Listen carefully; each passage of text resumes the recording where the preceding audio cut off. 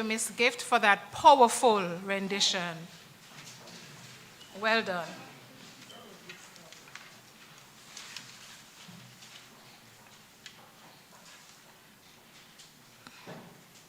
Dr. Moya Rotham, Vice President of Academic and Student Affairs, Mr. Andrew Abraham, Dean of Technical, Vocational, Educational and Management Studies, Mrs. Dorothy Warner, Secretary General of St. Kitts and Nevis National Commission for UNESCO, participating poets and other presenters, specially invited guests present here, and those joining us via CFBC TV and YouTube.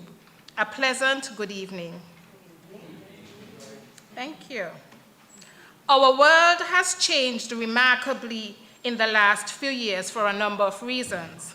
Hence, let us take a moment to appreciate the freedom which is still ours to breathe in clean, fresh air, the ability to assemble here tonight, and the ability to move around without physical or political restrictions.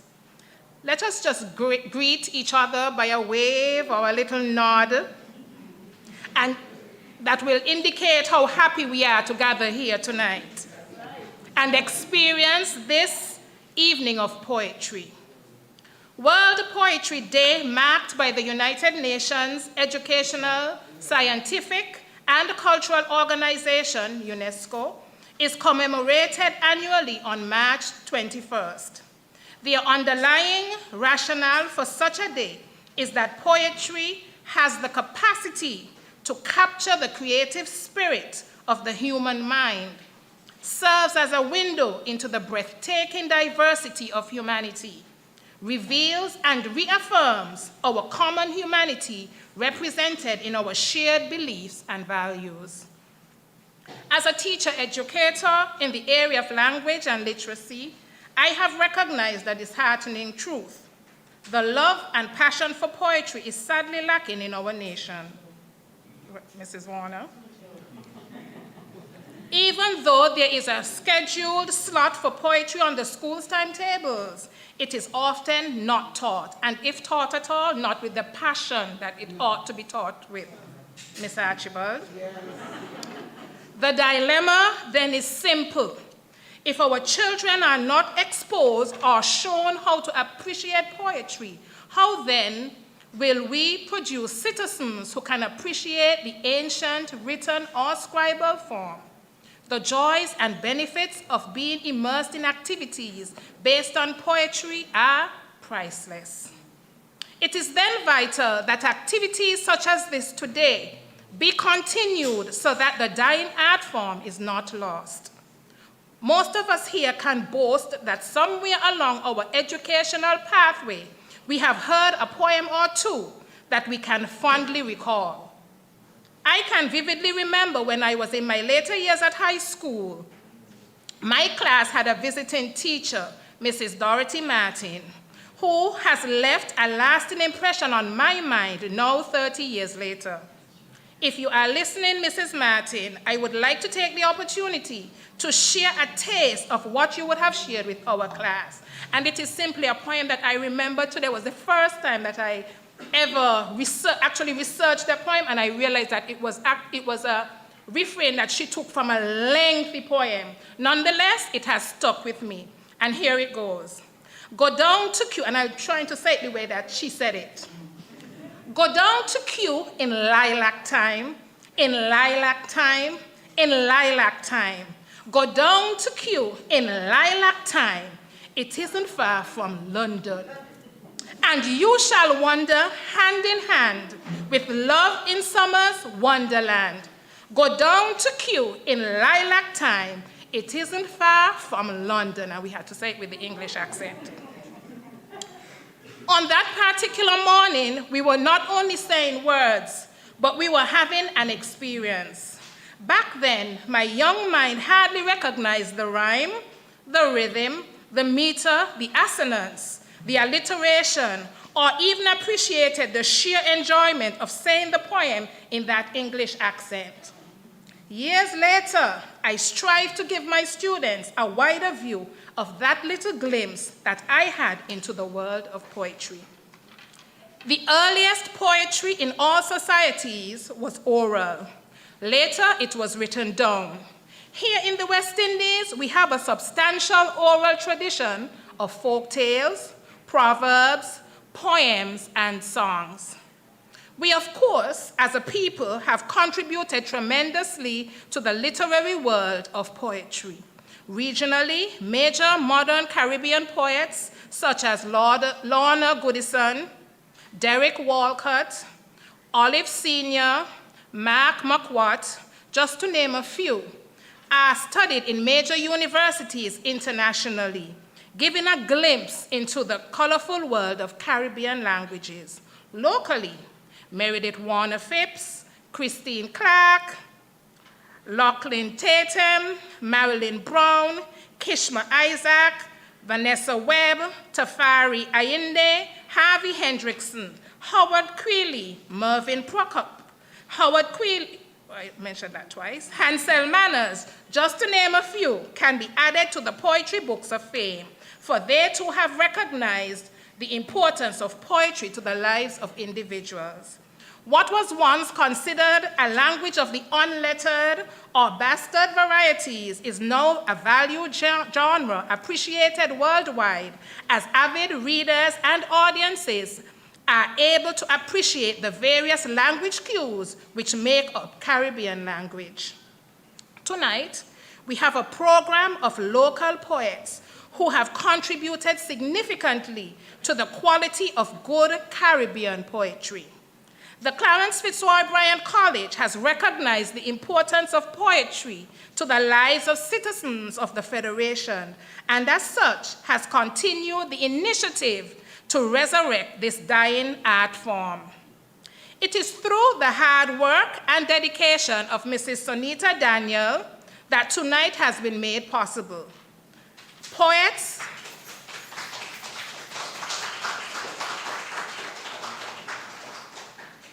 Poets, specially invited guests, and other members of the audience, I am Delise Williams, your host for the evening. And in appreciation of World Poetry Day, I present to you the Clarence Fitzroy Bryant College's 4th Annual Poetry Circle.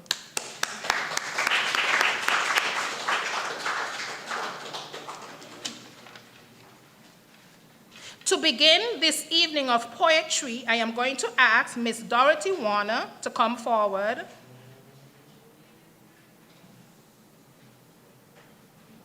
As she presents us with UNESCO's World Poetry Day message.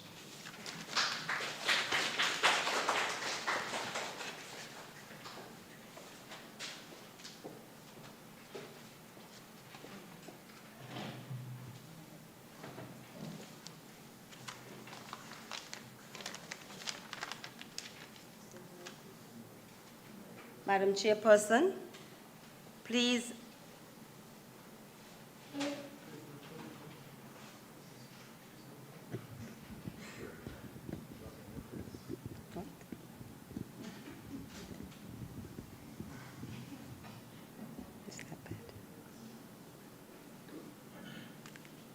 Good evening.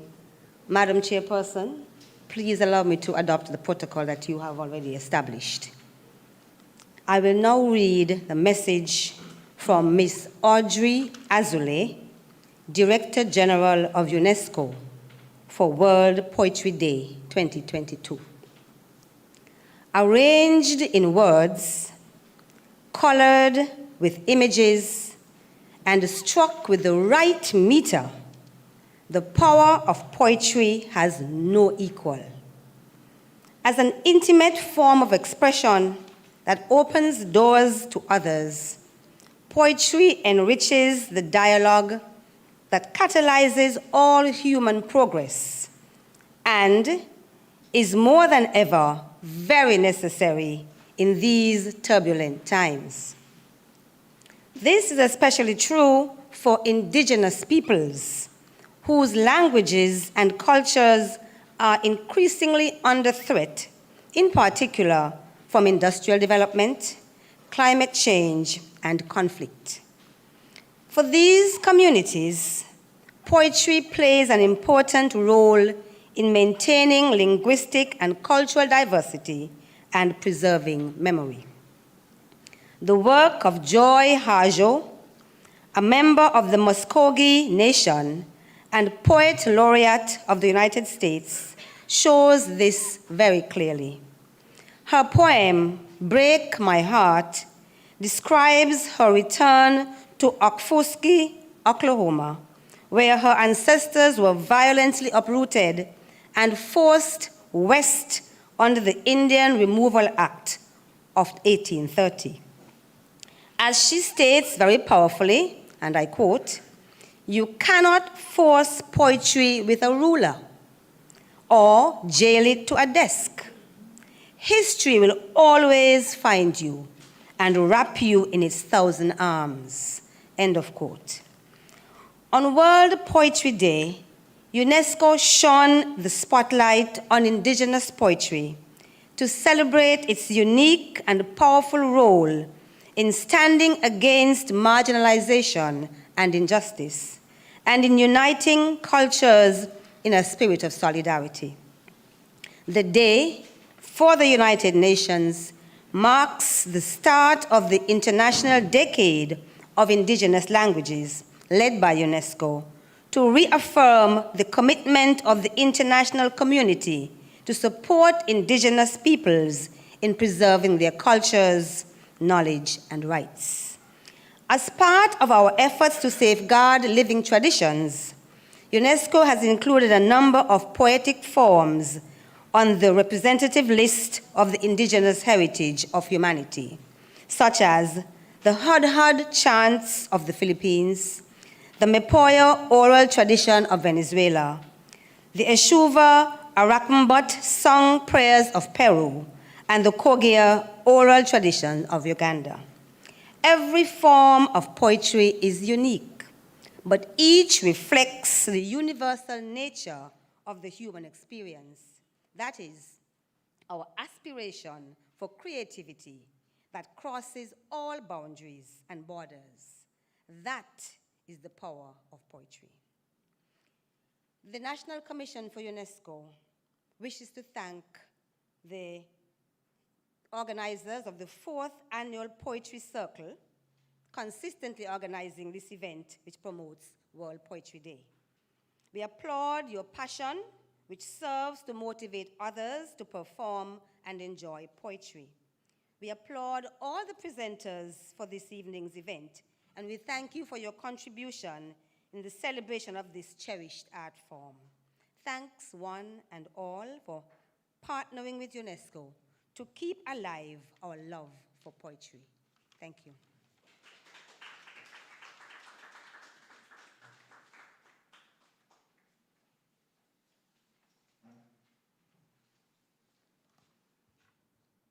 Thank you, Mrs. Warner.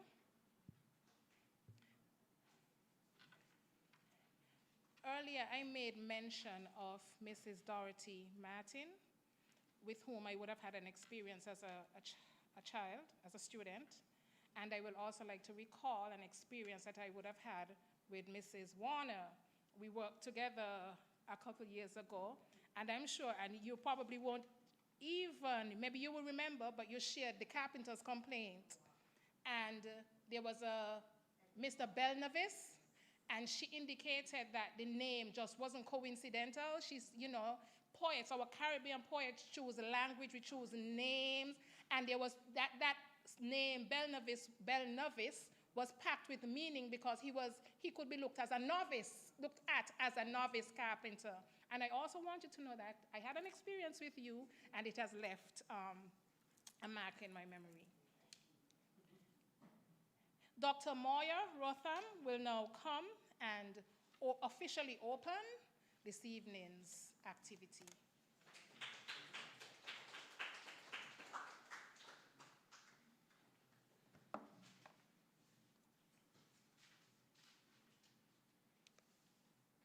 Good evening.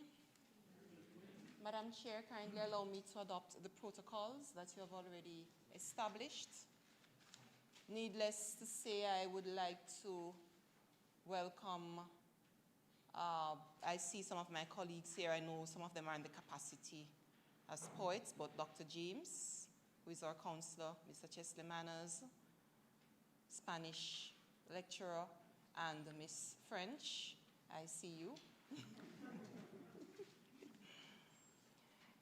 If you were to go on Google with the aim of finding guidelines to help you write poetry, you would find pages with titles such as What Makes a Good Poem? The 8 Signs You Have Written a Good Poem. What is Good Poetry? Telling a Good Poem from a Bad One. 11 Rules for Poetry Writing Beginners. Even though academics and poetry enthusiasts would say that there are some features of good poetry, I am more inclined to these words attributed to Socrates. I decided that it was not wisdom that enables poets to write their poetry, but a kind of instinct or inspiration, such as you find in seers and prophets, who deliver all their sublime messages without knowing in the least what they mean. So, in the same way that I have learned that when the pastor does not come to church, that delivering the sermon does not make you a preacher, it is the same attitude that I carry in believing that just because you have written a poem or two, that does not make you a poet. The writing of poetry is perhaps as enigmatic or as simple a task, and so one understands when Lebanese-American writer, poet, and visual artist Khalil Gibran notes, poetry is a deal of joy and pain and wonder with a dash of the dictionary. I applaud the poets among us, and I continue to encourage Director of Library Services, Mrs. Sonita Daniel, in her unwavering efforts to plan and execute the annual Poetry Circle. This evening of poetry showcases the literary and expressive minds of great and small, brave and timid, novice and experts, poets all. I pray that while as poets you share with those who are present and in virtual land, that you will seek to enhance your craft. For inasmuch as you have written, the poem comes alive when spoken. May that this 4th annual Poetry Circle inspire us to be better as we use words to express ourselves within this context and without. I take the liberty to open this evening's poetry expose with a poem by Jamaican Rastafari dub poet, musician, actor, educator, and talk show host, Muta Baruka.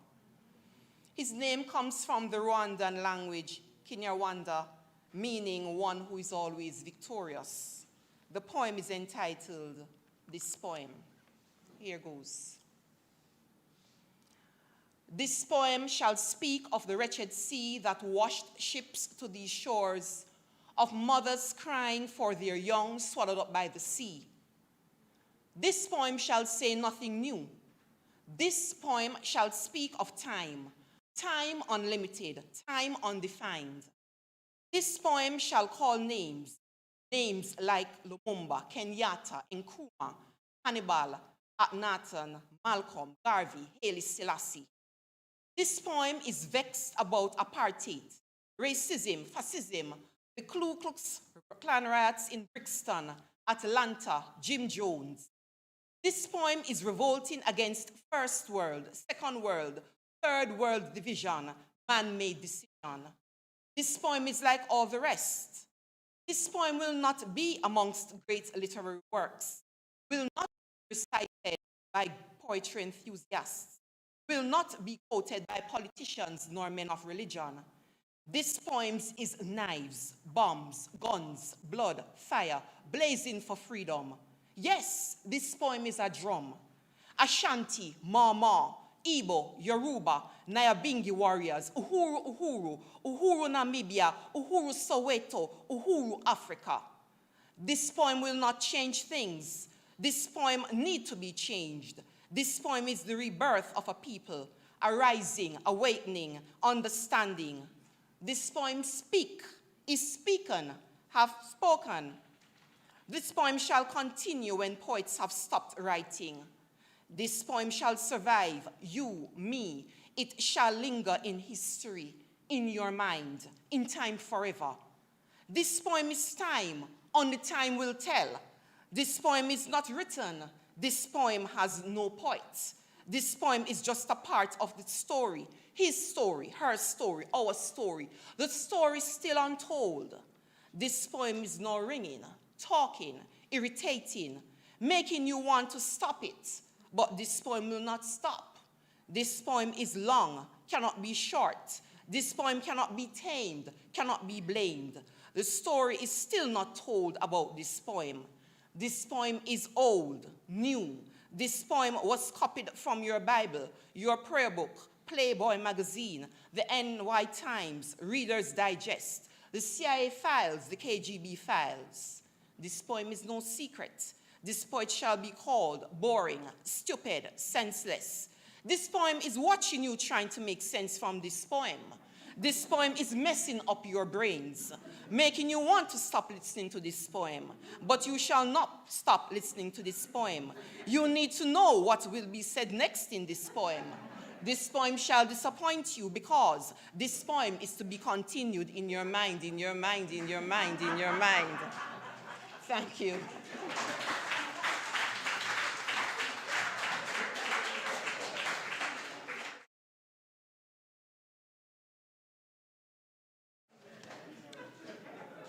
Unofficially, you were our first presenter for the evening. I introduced you as the vice president, but you will leave us here as a poet enthusiast, just as. Thank you so much.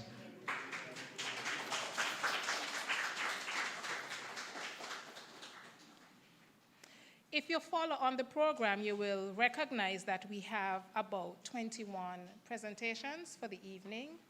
And rather than I announce each poet or presenter, I will announce the first 5 participants, and you will come to the podium, or I know you have lots of surprises in store for us, on the chair, on the table, wherever you're going to present, you will come forward in the order in which I call the names now. So our first presenter will be Mr. Chesley Manners, then Mr. Jerry Webb, Mr. Michael Blake, Mr. Jordan Linton, and Miss Heather Archibald. So we will have those 5 presenters first, and as the first person presents, we will ask the next person to come forward and present. Okay, everybody understands? Okay, so Mr. Manners, I can't wait to hear what you have or see what you have in store for us. I don't know if it's monkey business or, but Mr. Manners.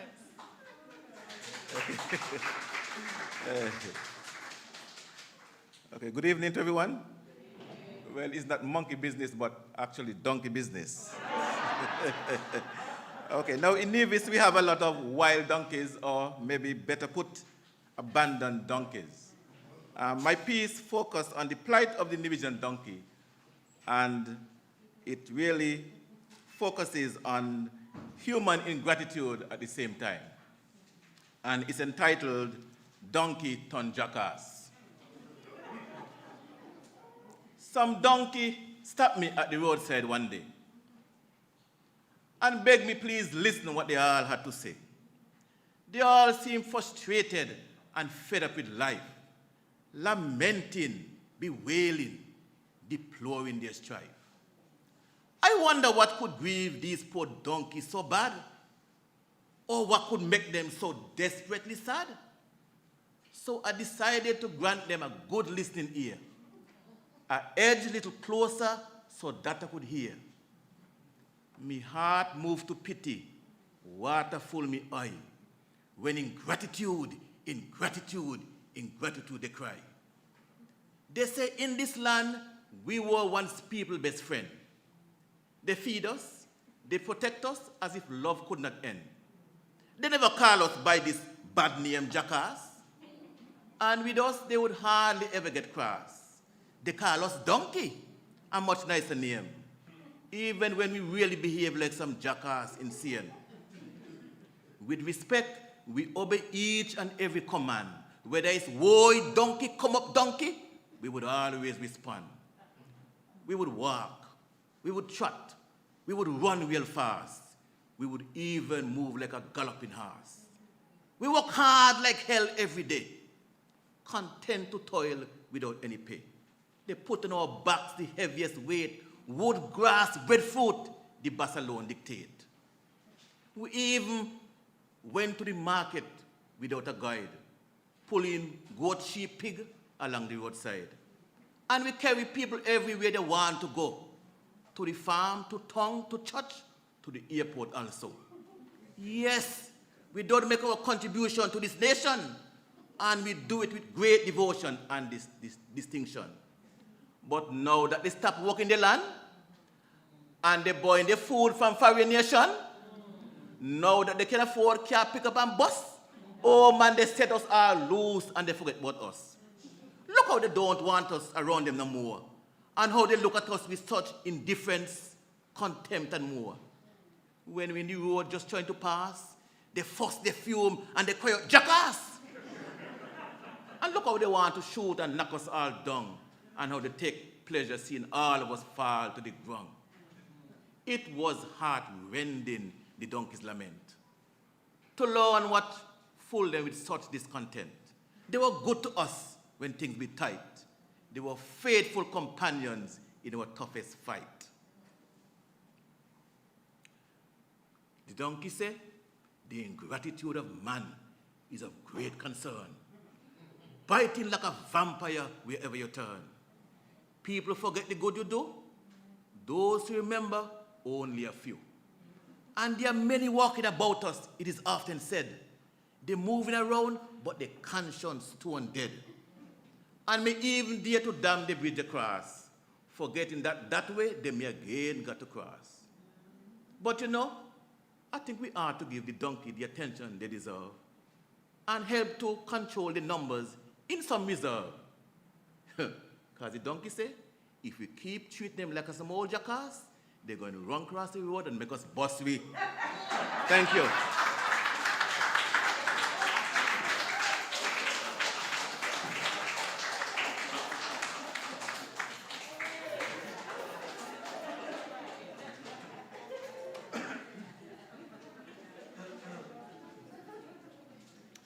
Good evening, all.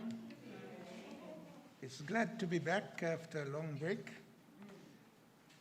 Tonight, my poem is about war.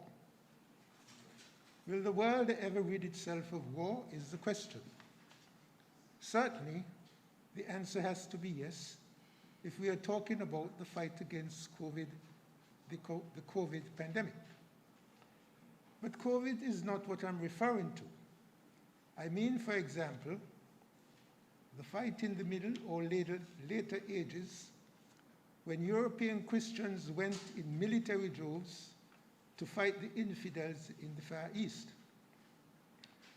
Not to mention also the Boer War, World War I, and especially World War II, which was described as the war to end all wars.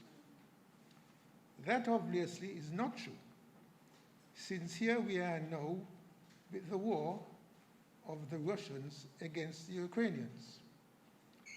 On the 2nd of March 2011, I foolishly wrote a poem about how to end wars, but probably it was not published, and 9/11 followed. I will now read this poem. See if you can suggest what my remedy is for ending wars. The god of war. The god of war goes marching on. He knows no horizon. He is here, there, and everywhere, continually living in the air. For though his name is Thor, he knows not how to thaw, and forever hot is he for war. He knows not when to stop, for his heart is no melting pot. So on and on he goes, wantonly looking for many foes. And though he is ubiquitous and goes under any banner, he still remains the same, and changeless is his manner. Call him what you will, war he remains still. The Cold War, the silent war is war. So too Tibet, China, sushi follower, and Korea, as well as Taliban, Al-Qaeda, Egypt, Tunisia, and Libya. War too is commies versus Dems, Christians and Muslims.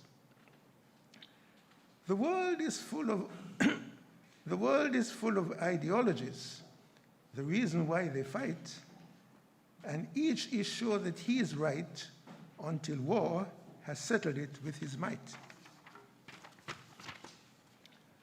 But what really are these ologies that man is fighting for? Justice, freedom, land, territory, world dominance, power, and food. They fight because each other they mistrust, as well for fear and greed. War, war is their only creed, reliance on him their forward thrust. But is there no settlement without might? Is war the only arbiter? Must your ology trample upon mine? Must you be free and I be enslaved? Must you be rich and I have squalor? Must you eat and I go hungry? And is there no room for coexistence, for cooperation, compromise, differences, tolerance, and mutual respect? There is no must about these things, for room is there for all. Bury the spirit of Cain and Abel, since we are brothers all. Kings, queens, rulers, governments, and whosoever you may be, live and let live is my call. Muslims and Christians too, remember that God is our Father in everything that you do. There will be no uprising, and no one will be shot, as fairness takes the highest spot. There will be no Armageddon, for the war to end all wars will be true, only when the God of peace is allowed to march through. Thank you.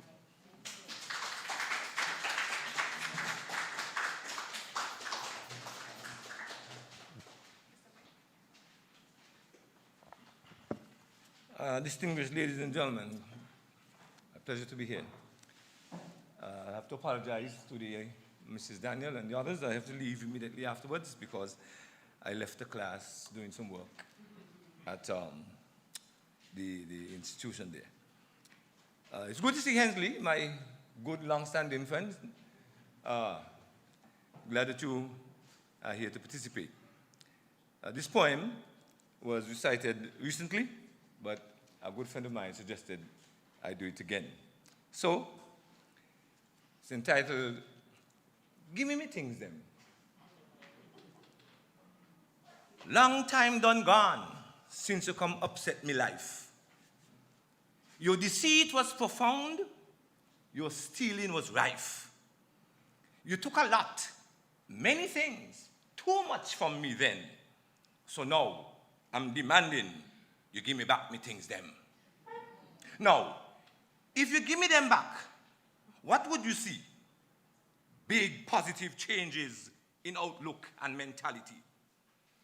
Better interpersonal relations, more growth and development, higher levels of industry, much less proclivity to be violent. If you give me back me things them, no more, no less. That is, just give me what is mine. I want none of your mess.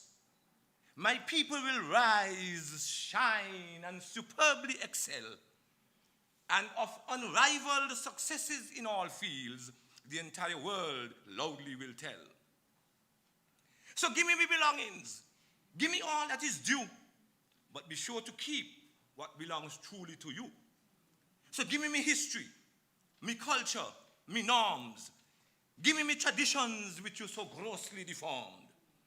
Give me artists, me authors, me books. Give me natural, no accessories looks. Give me cuisine. It was from nature, the ground. But keep your unhealthy diet, it making me people too round.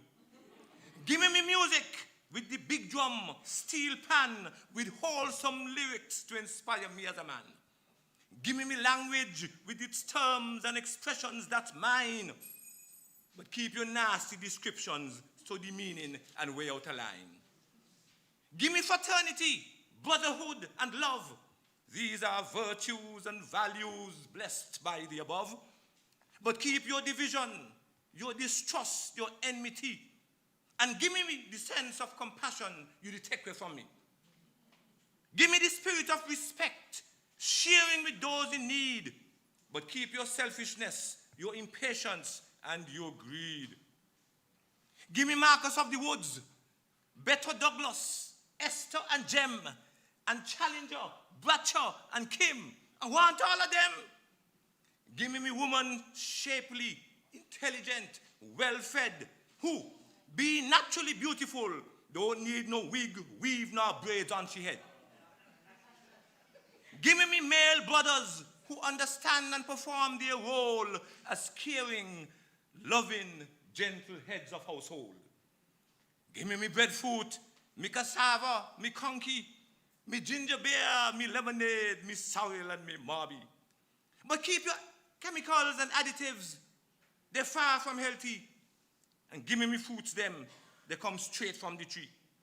Give me yard fowl, local goat, pigeon peas, but keep your hormone-laden chicken and beef with you overseas. Give me aloes, me lemongrass and me neem, but keep your MSG, your cancer and your COVID-19. Give me education for independence and peace, but keep your materialist religion which works only to fleece. Give me brother, lady, and child as well too, but keep your nigger boy, bitch, and kid right there with you. Give me sunlight, me mountains, me sea, for me to enjoy and benefit from mightily. Give me opportunity to sleep, meditate, and err without duress. But keep your pollution, your wastage, and your filthy excess. Give me my family, close-knit, loving, and strong, together forever, whether good, bad, right, or wrong. Give me deference to laws, rules, and authority, but keep your iniquitous treatment of the elderly. Give me leaders who guide aright and with truth. Keep your misleaders, so vile, dishonest, uncouth. Give me the truth about who I am, from whence I came, without referring to my origins as though it's a source of shame. Give me Kwanzaa, me Igbo, me Fula, me Yoruba, me Akan, me Hausa, me Dama. Keep what is yours. Give me what is mine. Mine give light to life. Help me define and divine. Keep your deceitful, deceptive talk of freedom, but give me true, liberating emancipation. Give me this. Give me that. Give me things them. I say give me them back.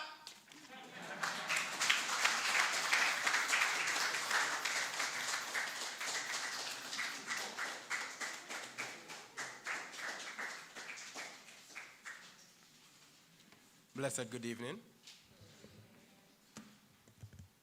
Wow, those prior, doesn't really matter. Those prior poems, oh, wow.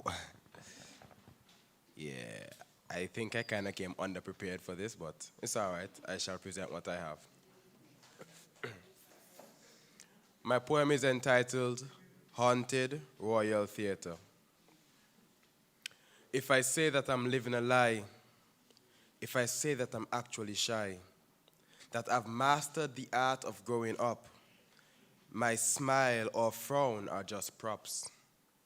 I'm the main character and all the side ones too.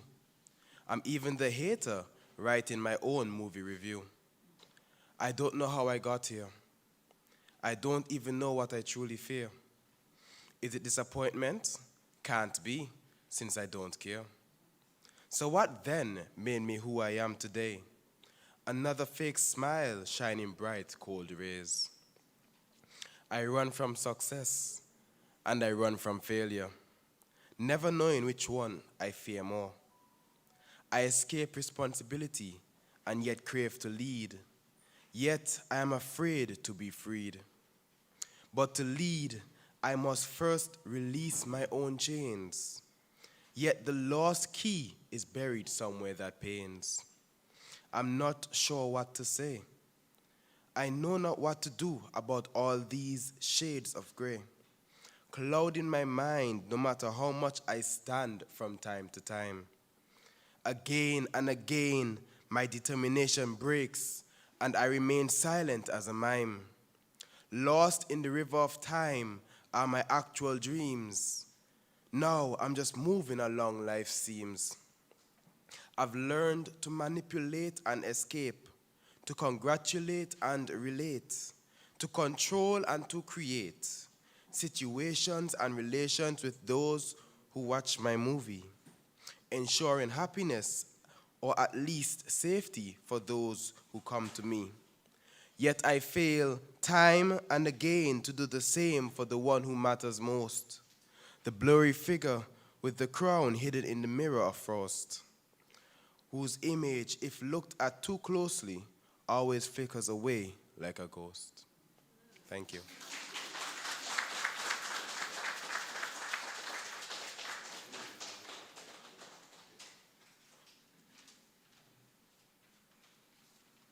Good evening, everyone. It is such a pleasure to be home, and to be among poets and poetry lovers.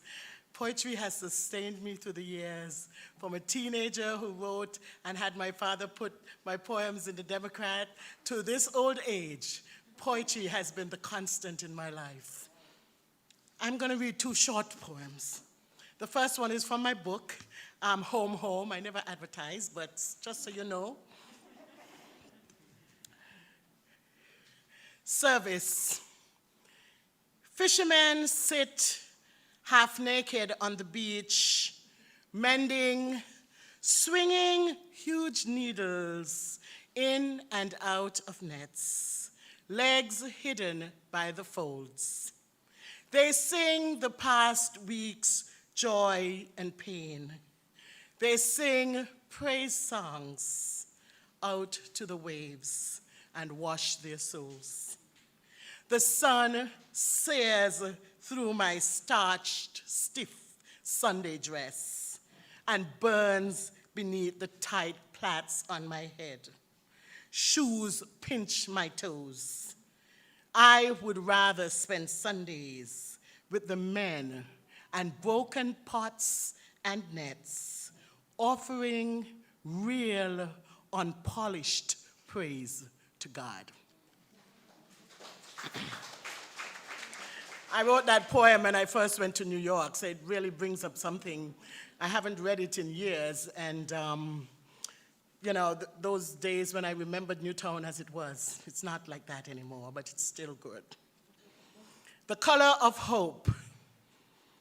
Orange, color of sun in her last audacious blaze, before she descends below the sea, leaving her glow along clouds long after she has gone.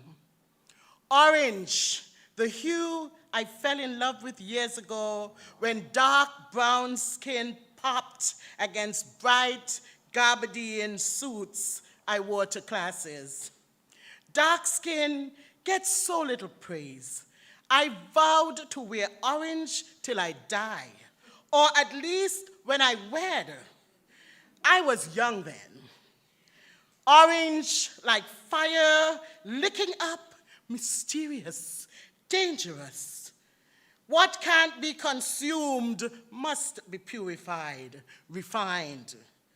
Orange lights up fall days like leaves, make us forget they're actually dying, makes us remember that spring soon will usher in freshly minted ones, soft with promise. Orange, color of hope, that the time for joy, gamboling in long grasses, embracing, will return. Thank you.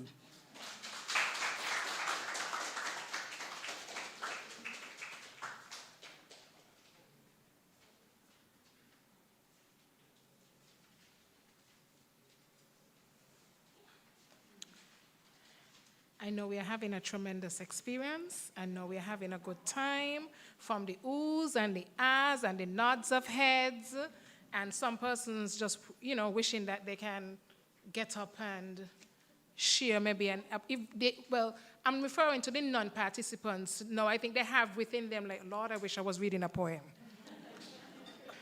Okay. The following 5 presenters will present in this order. I'm going to make a shift with the position, so to speak. We are going to have Miss Kimberly Knight, followed by Miss Tamika Huggins-Liburd, then Mr. Hansel Manners, then Mr. Lachlan Tatum, who will be followed by Mr. Creighton Pension.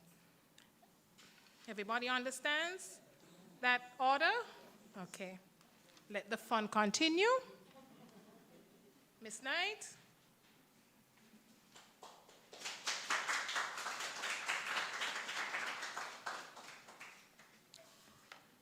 Behave yourself.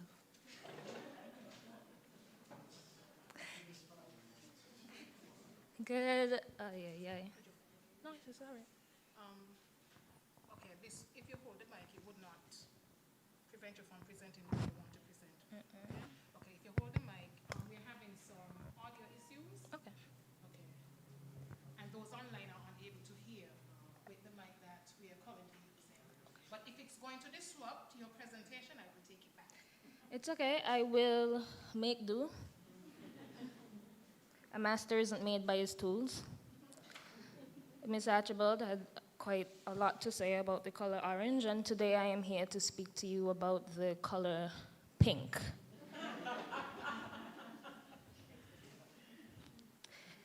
A few years ago, I took a trip. Actually, I'm bad at geography. Hold on. Which way is Europe? Is north and somewhere, so right? Okay.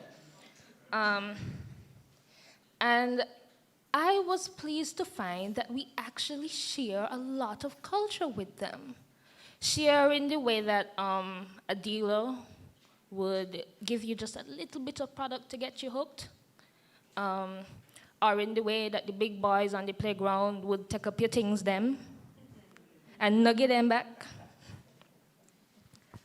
I was actually in an office in England on a Friday afternoon, and I asked for the Wi-Fi password.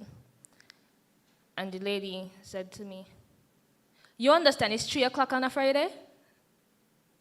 Everybody out drinking. Nobody working this late on a Friday." And I said, "Oh, wow, I'm back home in St. Kitts."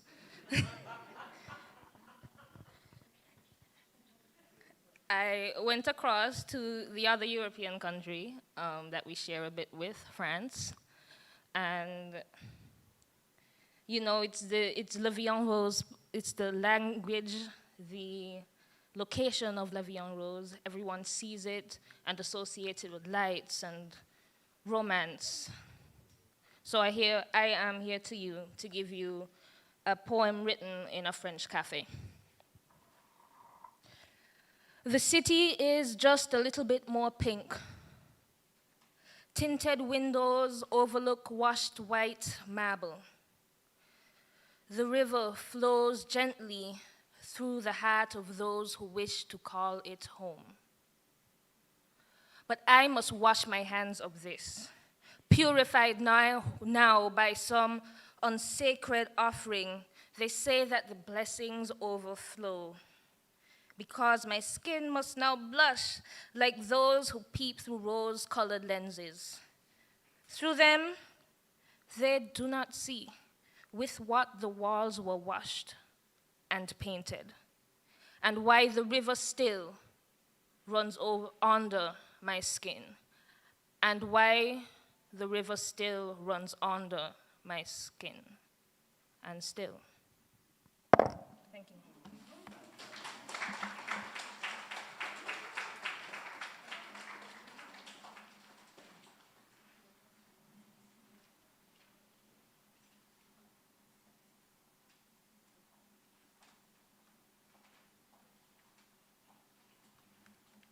Good evening.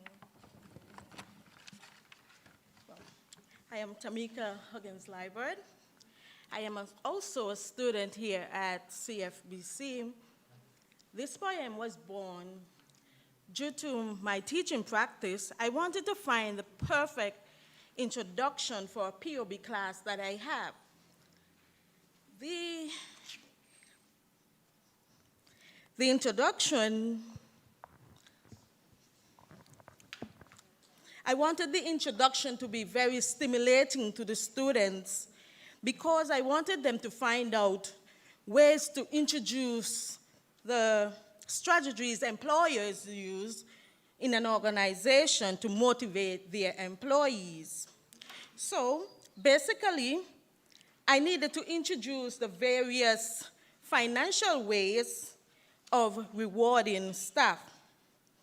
I challenge you to identify how many strategies are mentioned in this poem. The title of my poem is Johnny Boy. Hey, Johnny, I can't wait. I have to get to work. It's such a thrill to do my work. I can't wait to get paid my weekly wages. And listen, if I do good, I get my Christmas bonus. If I see the way, I'll put in some overtime and get overtime pay.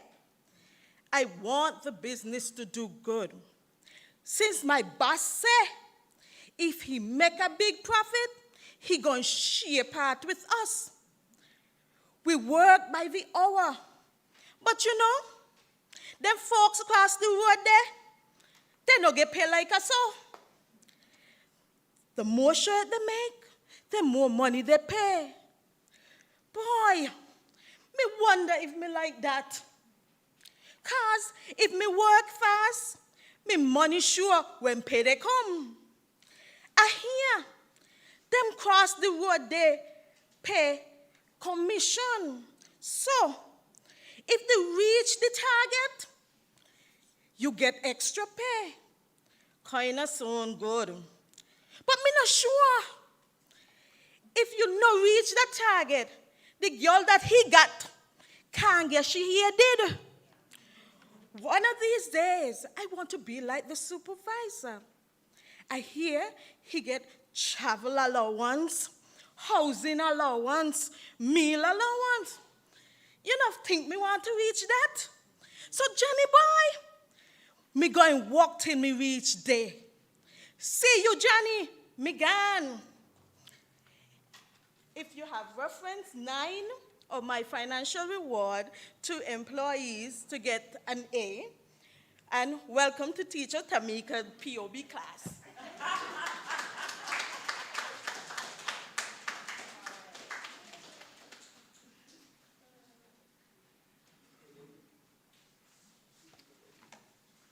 Good evening to one and all.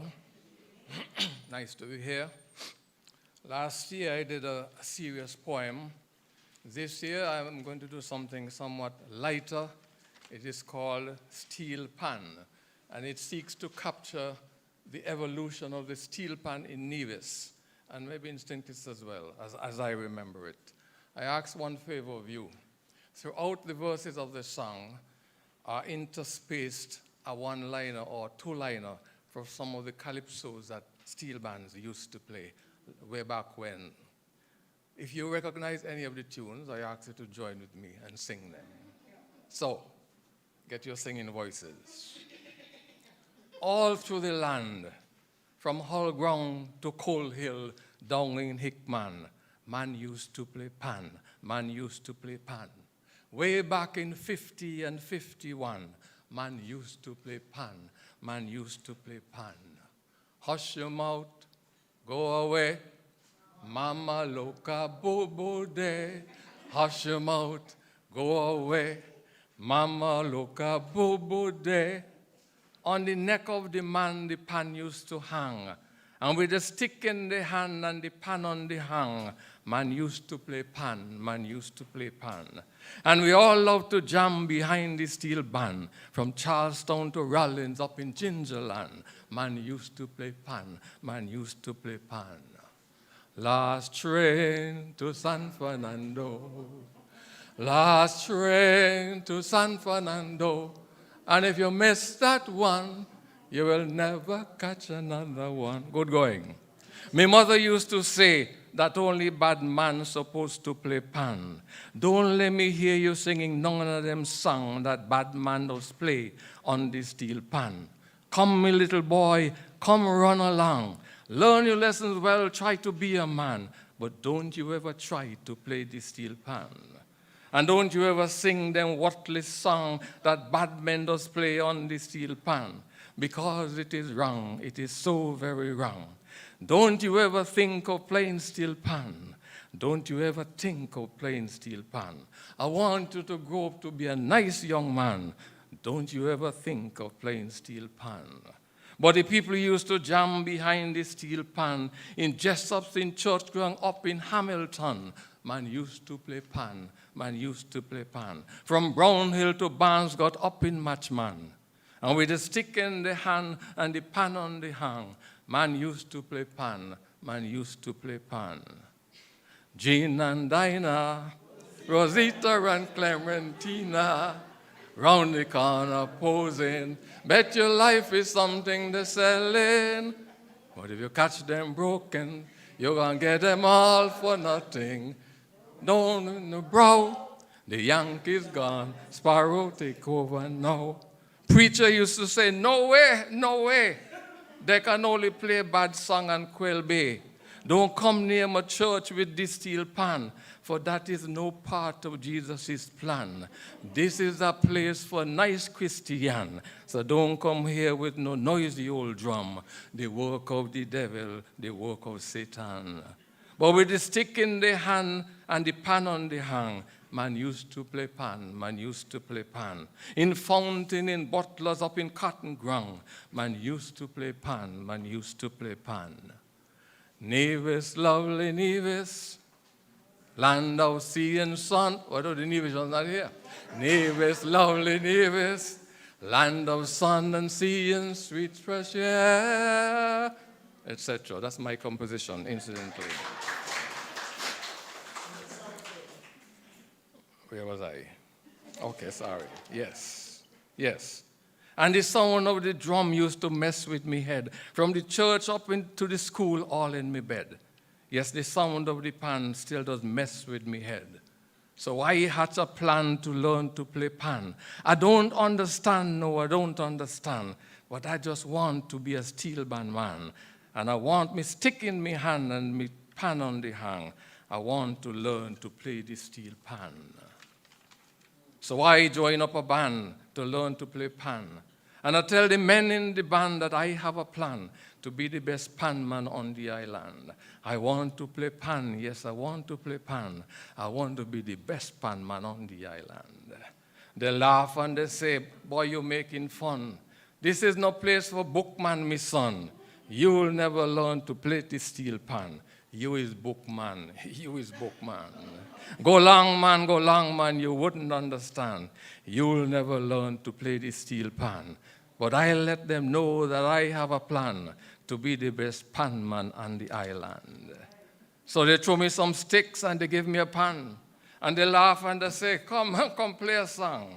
So with me stick in me hand and the pan on the hang, I decided to try me hand. Mary had a little lamb.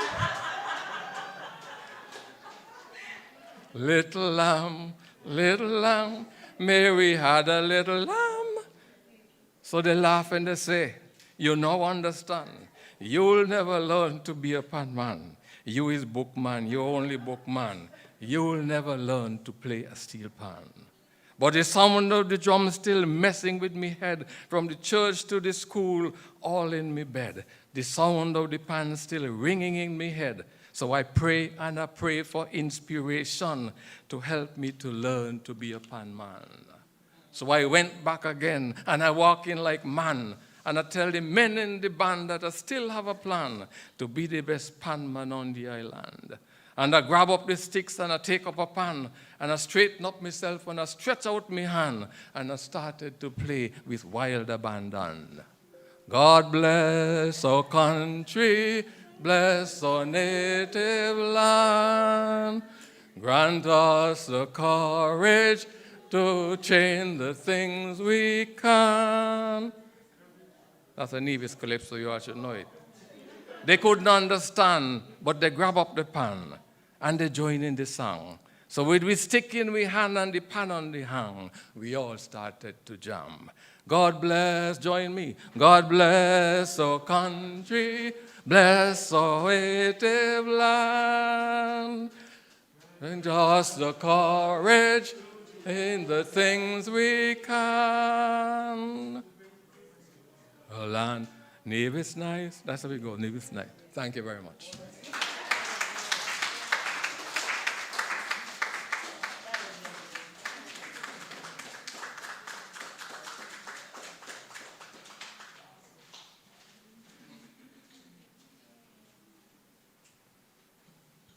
Good evening to everyone. Sometimes I wish we had some school children in here to hear some of the things that used to be. It's a very powerful evening. I want to read one poem this evening, and it's called Do Not Follow a Multitude. Do not follow a multitude to do evil.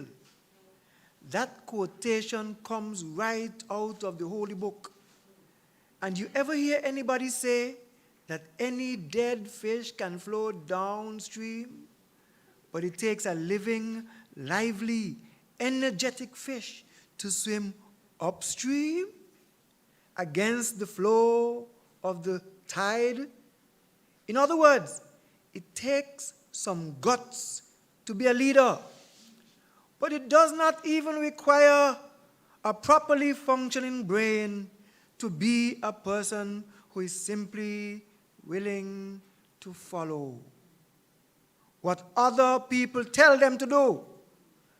Let's go break in that woman's house when she gone to work. Let's go take away that little boy money and call it tax. Let's go hang up that little girl there. Let's go bang up the little girl there. What she do you? Nothing, but I just don't like her. Okay then, let's go. It does happen just so with people who refuse to use their brain and just say no.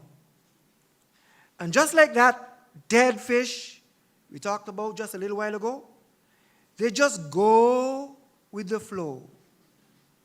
That is not what we want in this beautiful country. We're searching for some love. We're longing for some unity. We're dying for some togetherness. That is what will build up this nation. Let us turn our face in a new direction and head towards being a somebody who contribute positively to build up this country. Turn it around. Don't pull it down. Build it up. Build it up. Join a club instead of a gang. Save life. Don't take it away. Help people up. Don't push them down. Let's come together and turn this nation around. Thank you.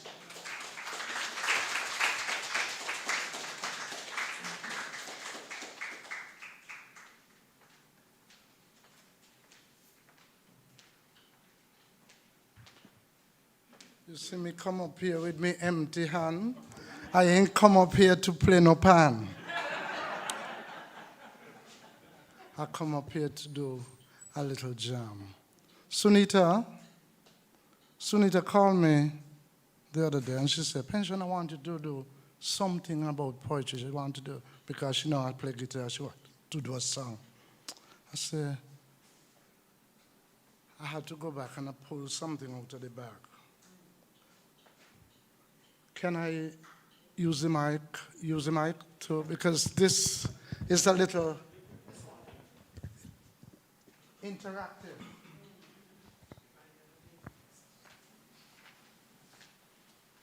And if you all think I'm going to be burdened with Sunita's assignment, you all lie, because you have a role to play too. Now this chant is entitled Poetry Analysis. And this is for you, the audience. What is poetry analysis? What is poetry analysis? Come make we study poetry. Come make we study poetry. That's yours. So let's go. What is poetry analysis? What is poetry analysis?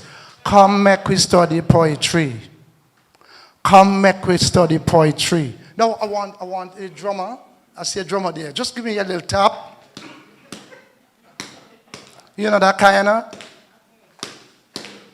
Yes, and you all could do a hand clap too. Pop, just that.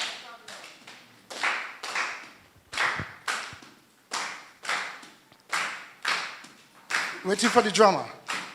Give me a little thing there.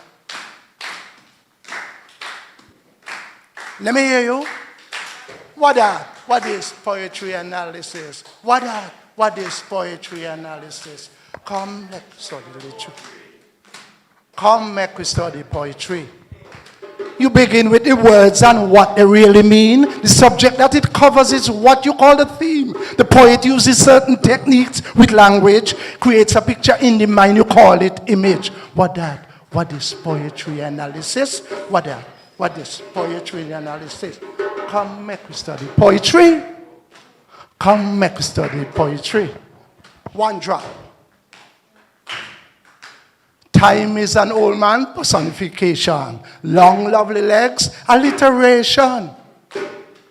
I'm a stepping razor is a metaphor.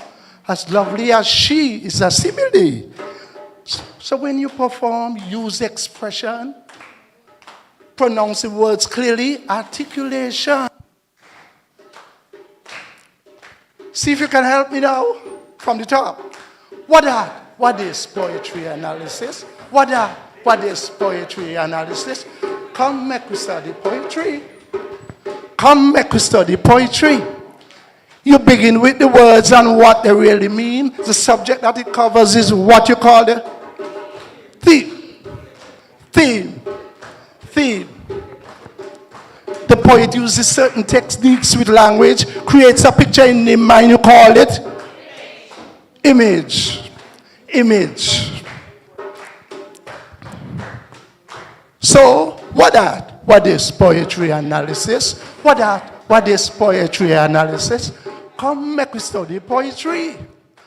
Come make we study poetry. Draw. Time is an old man. Time is an old man personification. Long, lovely legs. As lovely as me. Stepping razor is a metaphor. The poetry is nice and easy. And when you perform, use expression.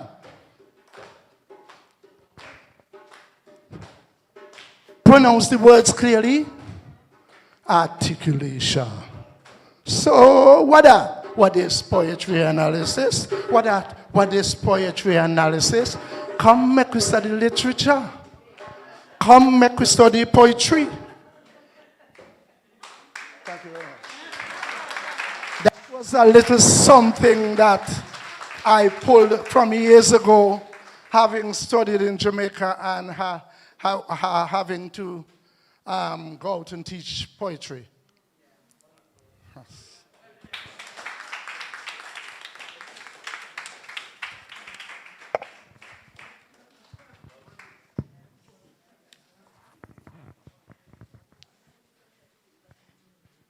Thank you, Mr. Pension. I think I'll be giving you a call to come and present to the teachers because I think you have just managed to wrap up an entire course on poetry in just under 5 minutes. Well done.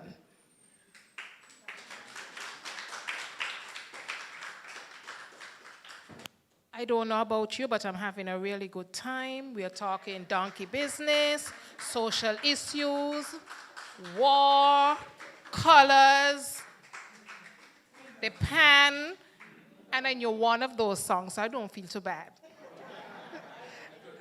You knew too? Okay. I started getting a little bit nervous, but when you started with that Gene and Dinah, I was like, okay then, you know, I ain't going home in no comb tonight. Okay, our following 5 presenters will appear in this order.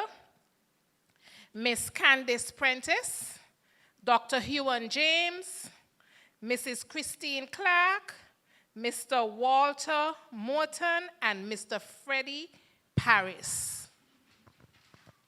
We'll begin with Miss Prentice. Let's welcome her.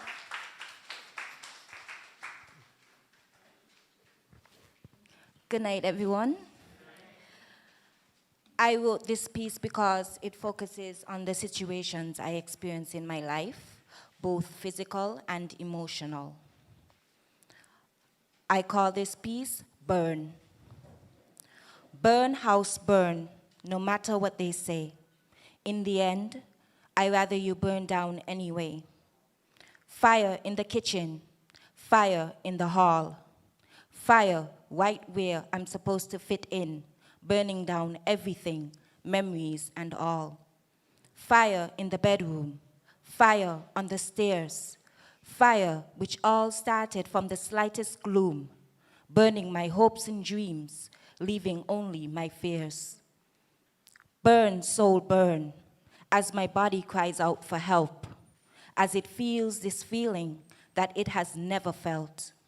Fire in the heart, fire under the skin, fire tearing what I once had together apart, burning my body till it's torn from the outside in.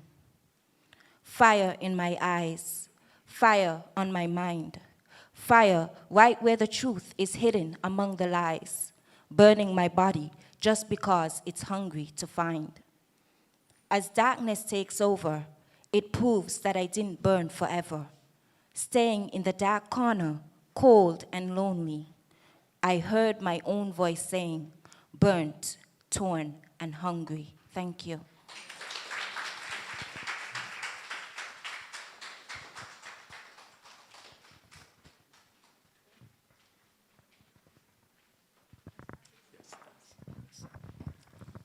Good evening, everyone. What a poetry night. You know, each poet is so unique in his or her own way. And I guess that's the same with me. I'm going to just do things a little bit different tonight. I have actually 2 short poems to share with you this evening. The first one is by a long-time and well-known English poet. Sorry to take you out of the Caribbean, but that's going to be okay. I heard Kimberly say a while ago that we share a lot of culture with Europe, so it's okay. And then the second one is a very brief, very short original piece, which was composed just about over 2 weeks ago. So, the first one is entitled The Brook by Alfred Lord Tennyson. Now, I just want to tell you a little bit about this poem. This is a poem that traces the life of a brook or a small stream as it emerges from the mountaintop and flows down the hills and across the valleys to empty into the river. On a deeper level, the poet uses the brook to draw a parallel with the life of man. Like the brook, man is energetic, lively, and moves swiftly when he's young, but slows down later in life, just like the brook does before it empties into the river. So here we go. The brook. I come from the haunts of coot and hern, I make a sudden sally, and sparkle out among the fern to bicker down a valley. By 30 hills I hurry down, or slip between the ridges. By 20 thorps, a little town, and 100 bridges. Till last by Philip's farm I flow to join the brimming river. For men may come and men may go, but I go on forever. I chatter over stony ways in little sharps and trebles. I bubble into eddying bays, I babble on the pebbles. With many a curve my banks I fret, by many a field and fallow, and many a fairy foreland set with willow weed and mallow. I wind about, I chatter as I flow to join the brimming river.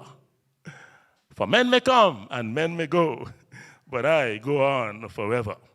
I wind about and in and out, with here a blossom sailing, and here and there a lusty trout, and here and there a grayling, and here and there a foamy flake upon me as I travel, with many a silvery water break above the golden gravel, and draw them all along and flow to join the brimming river. For men may come and men may go, but I go on forever. I steal by lawns and grassy plots. I slide by hazel covers. I move the sweet forget-me-nots that go for happy lovers. I slip, I slide, I gloom, I glance among my skimming swallows. I make the netted sunbeam dance against my sandy shallows. I murmur under moon and stars in brambly wildernesses. I linger by my shingly bars. I loiter round my cresses. And out again I curve and flow to join the brimming river.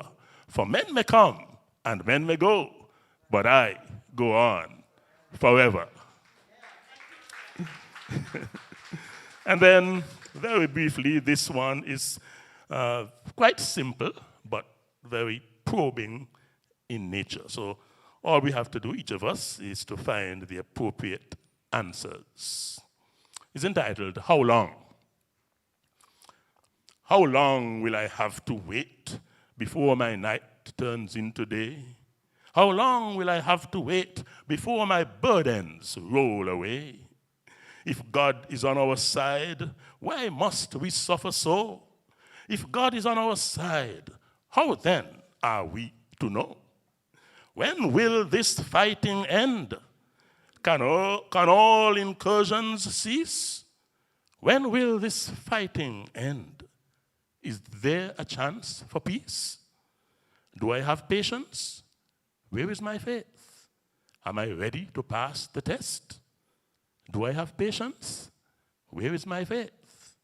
Will I enter God's holy rest? That's it. Thank you very much.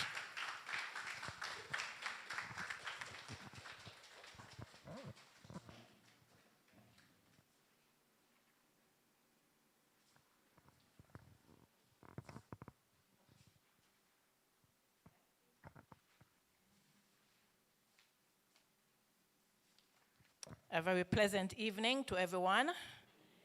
My name is Christine Clark, and I'm here to do a poem. It's entitled, Your Desire for Success Should Be Greater Than Your Fear of Failure. Your desire for success should be greater than your fear of failure. Academically inclined, aiming for the top, with the spirit of perseverance, climb the ladder of success and do not stop. Be assured you are above only and not beneath. With the blood of Jesus, You are an overcomer, and you shall not have defeat. With God's help, your life's mission you shall complete. Your desire for success should be greater than your fear of failure. For greatness and excellence, continue to aspire. Be encouraged. You are a winner, not a quitter. And Abba Father is your helper. With determination to succeed, you are on a journey.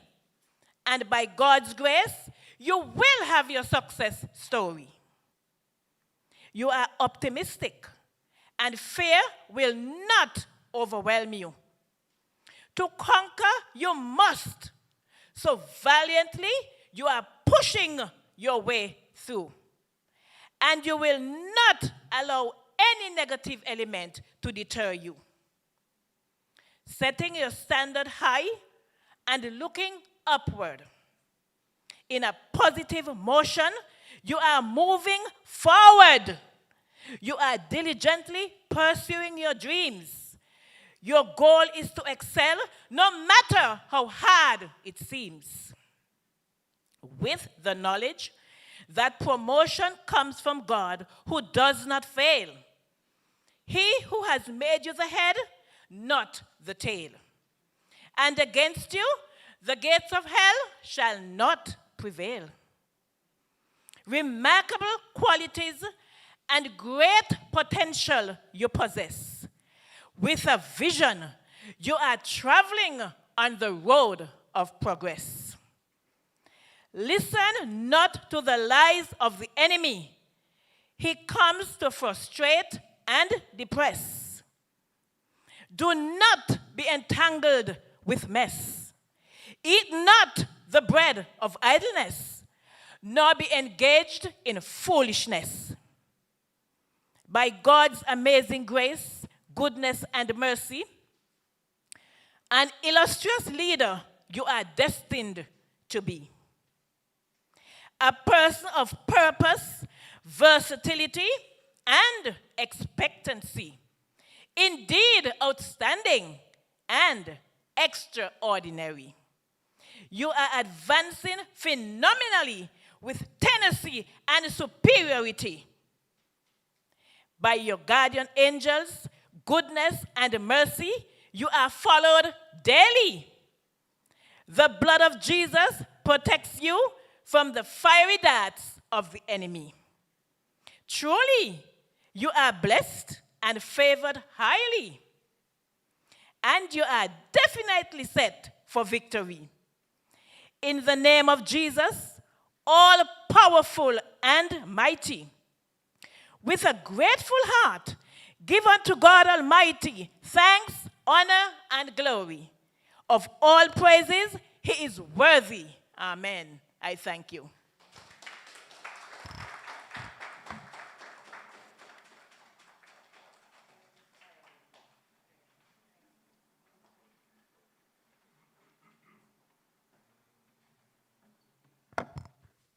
Good evening, all. Before I do my poem, I have to share something I got today on my WhatsApp. Drunk man joins search for himself. A drunk Turkish man spent hours helping a search party look for a missing person before he realized he was the missing person. Bihan Mutu, 50, from the northwestern province of Bosa, has been drinking with friends when he wandered off into the woods. His wife was unable to contact him, so she and his friends called the police. In the woods, Mutu came across a search party and joined them. He was only when one of the rescuers shouted his name and he responded, "I am here," that he realized they were looking for him. All right, my poem is entitled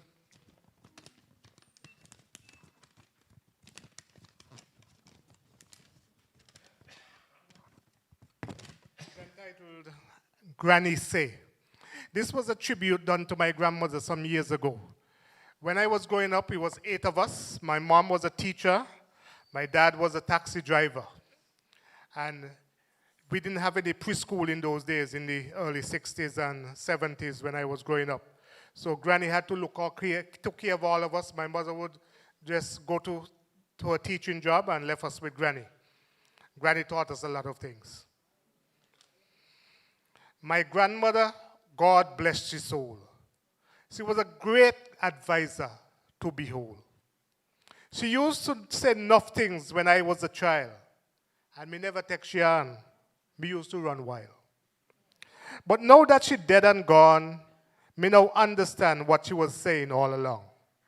Pick me wanna hear what mommy say, gonna drink pepper, lime, and salt. Mean after you done get talking to, if you not hear, it's all your fault. Small pig been asking mother, what make me mouth so long? Mother said, take time, and you will understand. No clean ground for monkey to run pan. You never start nothing without a plan. And when you got farm and no substance to see, my granny would say, no fraud and no mobby. If you did not do good in your tests, granny would rebuke you for not doing your best. She will say in a slow manner, granny would say, poor you can't go back to Cuba. She will say it, Sigalala spell Dutch. She would often shout, that one I don't know much about. Who bring you news, gonna carry back on you. Even today, that's so true.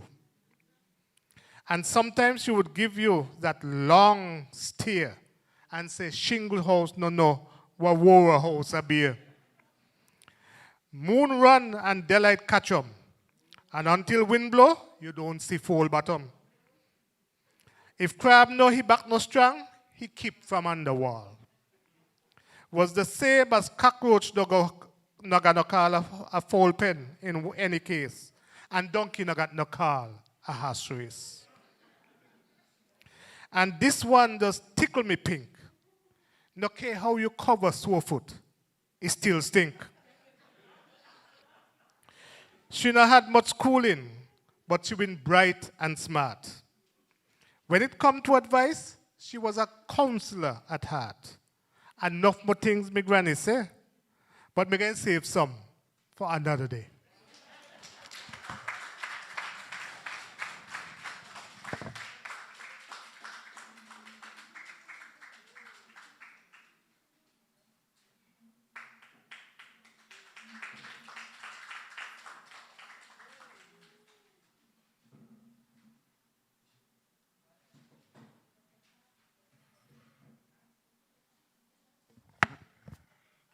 Good night. Tonight we are going to pay tribute to one of the oldest traditions, African traditions there is. This tradition is called spoken word. Also, before we move on, when an elder passes away, it is said a library burns down. In saying that, I want to pay tribute to Mr. Chesley Pharaoh Davis with this performance. Thank you.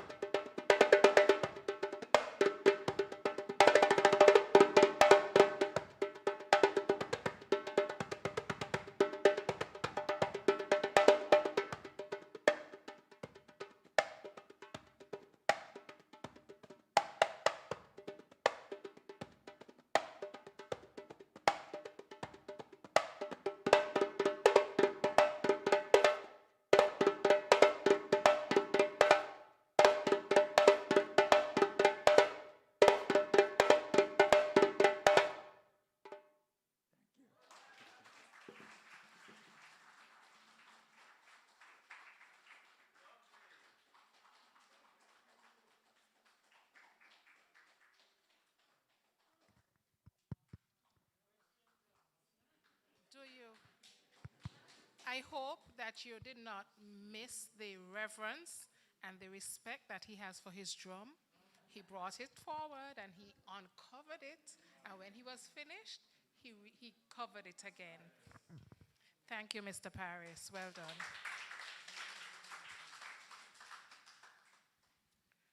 Burn the feeling of hopelessness, the brook, your desire for success, and Granny's old sayings were well received. Our final group of presenters will approach in this order: Miss Claire Otley, Miss Shani Taylor, Mr. Vikel Edwards Douglas, Mr. James Galloway, and again, Mr. Creighton Pension will bring this evening's presenters to a conclusion. Miss Otley, let's welcome her, please.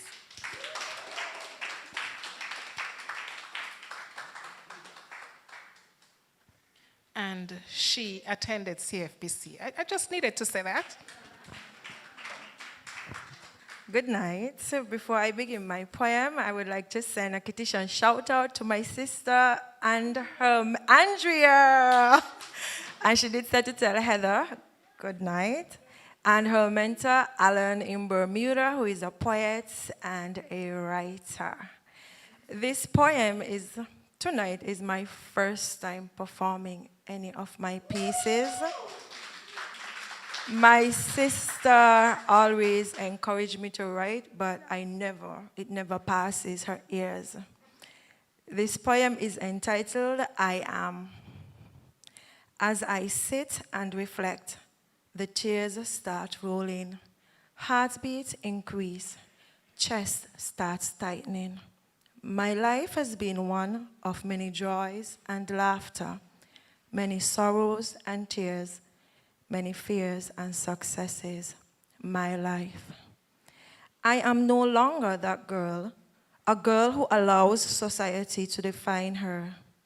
I am no longer that girl, a girl who thinks she needs a man to complete her. I am no longer that girl, a girl who is inconsiderate and mean. I am a woman who knows her worth and value.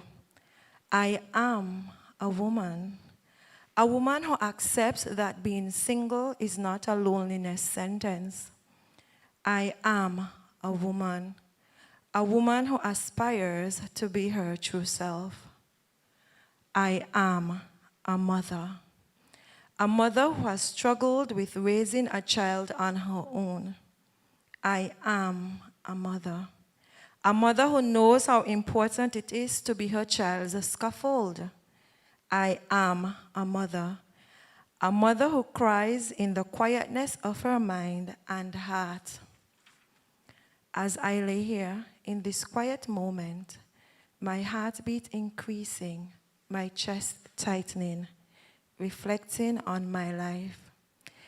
There is a tropical storm named emotions forming with a wind speed of 30 breaths per second as a plethora of emotions rages through my soul. I have been lied to. I have been beaten. I have been raped. I have been robbed. I have been spat at. I have been stoned. I have been ridiculed. I have been left alone. I have been crying. I have been fighting. I have been running. I have survived. I am not afraid to cry, to feel the warmth of my tears drenching my soul and face. I am not afraid to scream, to release the pressures that have built up while holding things in. I am not afraid to ask for help, to rebuild after the destruction of the storm. I am not afraid to love, afraid to trust, or afraid of being loved. I am a woman. I have been hurt. I am a survivor.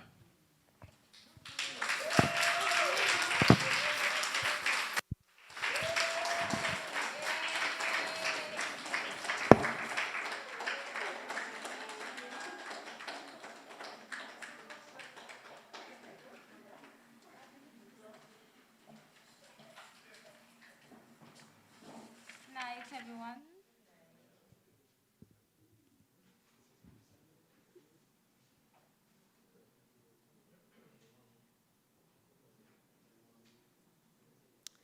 My name is Shania Taylor, and my poem is entitled Caged.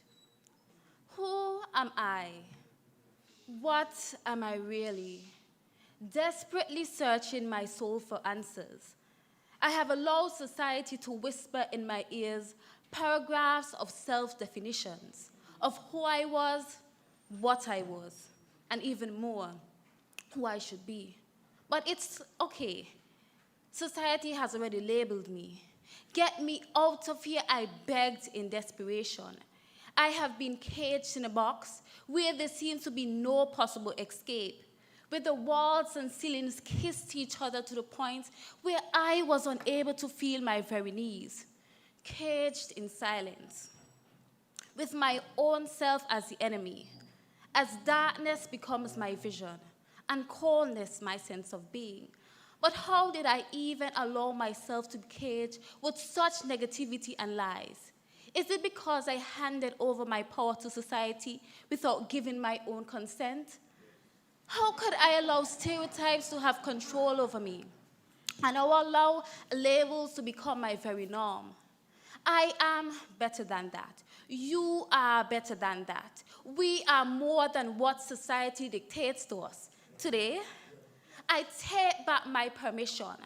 I take back the very power that I surrendered to society and labels. I will soar beyond my circumstances, not because I had the key to unlock my own cage, but because I have shaped my own key, not because society told me who I was, what I was, and even more, who I should be, because today, I told me.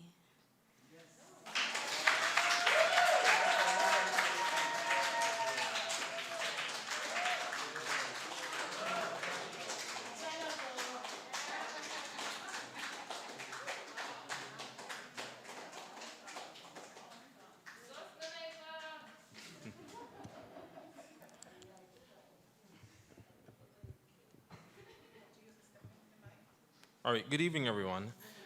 It is indeed a pleasure to be here this evening, surrounded by so much talent. This evening, my poem is inspired by little pieces of St. Kitts and Nevis, hints of some award-winning pageant speeches, and our independence theme from last year. I hope you're blessed with the creation. For over 38 years, my country has adopted, diversified, and recreated. Yes, my country. My country nestled by the silver ruffles of the Caribbean Sea went from empty to buzzing when luxury met development with people, culture, and creativity. My country inhabited and then revolutionary began. It evolved. Through our ancestors, national leaders, and our national heroes, a legacy was birthed within the region to be glorified. Just for my country, in a land of incredible natural vistas and legendary cultural treasures, amazing sights abound where children stand free. People come to see the basin and the beyonds, to the unbridled exuberance that sits upon the shores, that calls from the highest point, Mount Lyamiga, that lay awake in our valleys. Because of our national heroes and nation builders, there is a sense of pride. There is a mist of fantastic fusion of great pomp and ceremony and a powerful excitement as we pay tribute to the past, celebrate the present, in anticipation of a glorious future. Yes, all for my country. My country, my idyllic island paradise commemorates 30 years of serenity. Patriotic splendor is at its best and distinctively designed to cross developmental barriers. These defining moments will forever be etched within the crux of my country, told through so many local stories. I can see it now, as my country would have armed and unarmed forces dressed in full regalia, marching from our traditional ceremonial parades into our sacred streets, meeting our people as they shout and cheer, hip hip hooray, long live my country. people dressed in cultural wear and patriotic colors as our national flag flies high, as the melodious sound of our anthem peals throughout the land, filling the ears of our people, echoing in every parish, yes, all for my country. Our national heroes and nation builders have created a national tsunami in our land as citizens, residents, and visitors wake up and take a national stand. The second revolution has just begun. We won't give up until our cause is won. Yes, these simple things, believe it or not, all for my country. We won't give up. We will welcome those who wish to do so much more as we continue to salute my country, your country, yes, our country.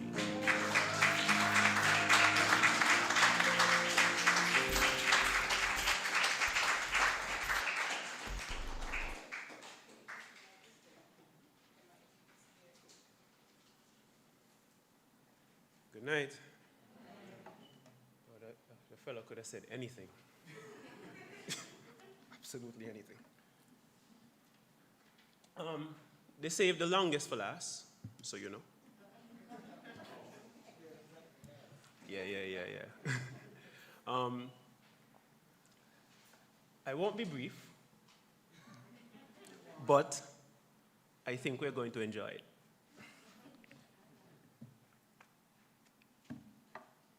Kite Tales.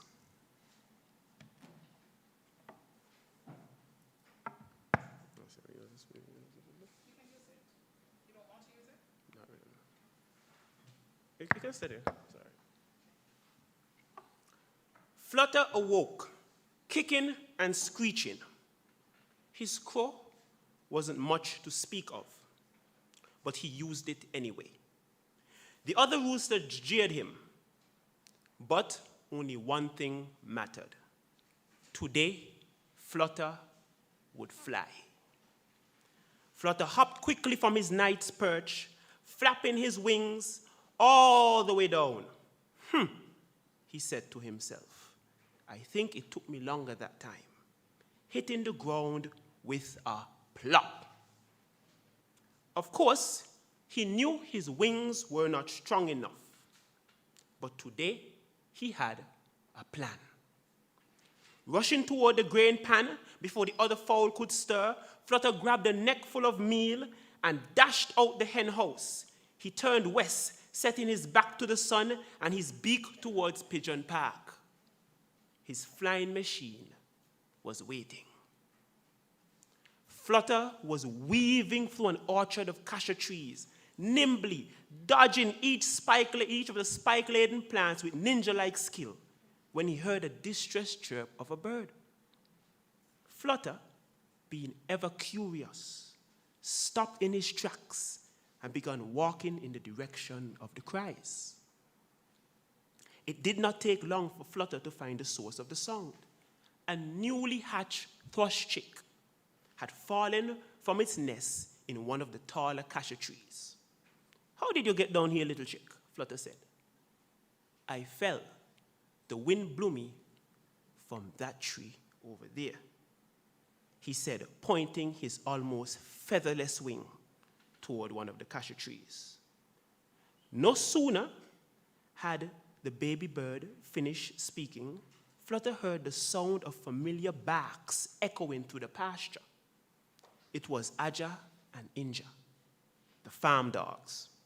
Flutter knew if those ravenous hounds found the young thrush, they would make a quick meal of her without a second thought. He silently cursed the heavens for his lack of flight.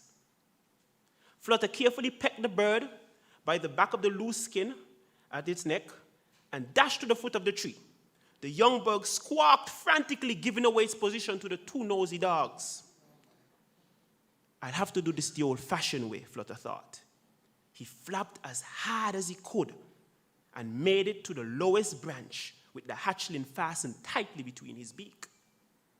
The sudden excitement caused the baby bird to screech loudly. Flutter looked up at the next branch, mustered more energy, and flapped once more. Across the pasture, Aja and Inja heard the sound of the distressed thrush, and their mouths watered. Snatching up a bird in the bush was a rare treat. The now hungry canines darted off in the direction of the baby bird. The race was on. The dogs zigzagged through the bush. Flutter was flapping and hopping his way from the lower branches of the tree to the ones above. The young cock had to take special care not to impale himself or his tiny ward on the spiny barbs of the cassia tree. It took every ounce of strength in his wings to propel him and the hatchling to the branches closest to the nest. By the time Aja and Inja got to the foot of the tree, Flutter had returned the chick to its nest and was perched wearily beside. Aja growled, "Toss down our bird, you stupid fowl." Flutter pounced from the top of the spiny tree with his wings spread wide. "Go up and get her." He crowed as he landed awkwardly in front of the golden-colored loudmouth mutt. Flutter bolted off to continue his quest for flight. It was not long before Flutter arrived at Pigeon Park. He strutted proudly to the far end of the field where he recently spotted the answer to all of his prayers. Sure enough, it was still there. A kite, about 6 feet tall. His eyes glowed as he looked at the instrument of flight. It was made of flat strips of wood, covered with green, red, yellow, and black shushu paper, and adorned with 2 big stars. The young rooster wrapped his beak around the kite's tail, dragging it bit by bit across the grass-laden field. Flutter realized he would not be able to go back to the farm the way he had come, because the cassia trees would rip the soft paper of the kite to shreds. He set a course along the foot track where the villagers walked their sheep through the pasture. After what seemed like hours of travel, the now tired fowl could see the silhouette of the farm in front of the midday sky. The sight gave him new energy as thoughts of flight filled his head. Flutter's daydream was brought to an abrupt end when Aja darted from the bushes lining the pathway, grabbed the kite's tail, and dashed down toward the farm. Aja quickly appeared in tow and barked, "You should have tossed us the bird, Flutter." Flutter let out the most horrific crow and flitted after the 2 canines. Even running at full speed, Flutter could barely keep up with the dogs and had no hope of catching them. He knew all hope was lost. The dogs would destroy the kite, and with it, his dreams of flying. Just as Flutter let out another shrill cry, a stocky boar cannonballed into Inja, sending him rolling sideways along the pathway. Aja rushed to where Inja had landed, and Flutter propelled himself towards the now free kite. Bump, who was Flutter's closest friend, grunted loudly in the direction of Aja, who was growling angrily, but had already made up her mind not to tangle with the muscular boar.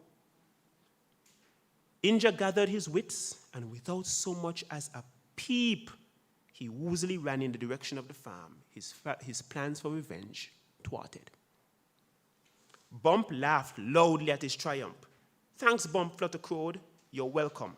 That little mischievous mutt has been asking for it for a long time."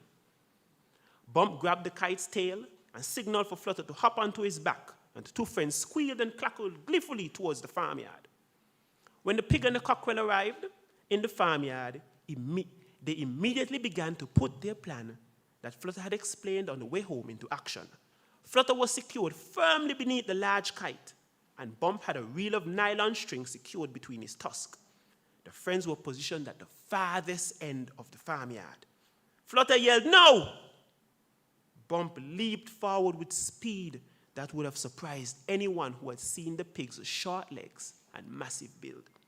Flutter flapped continuously, and after moments, he felt himself lift from the ground. In just seconds, he was a full 15 feet off of the ground. But alas, the kite would go no higher. As Bump neared the fence on the other side of the farmyard, he slowed and Flutter's machine yielded to gravity.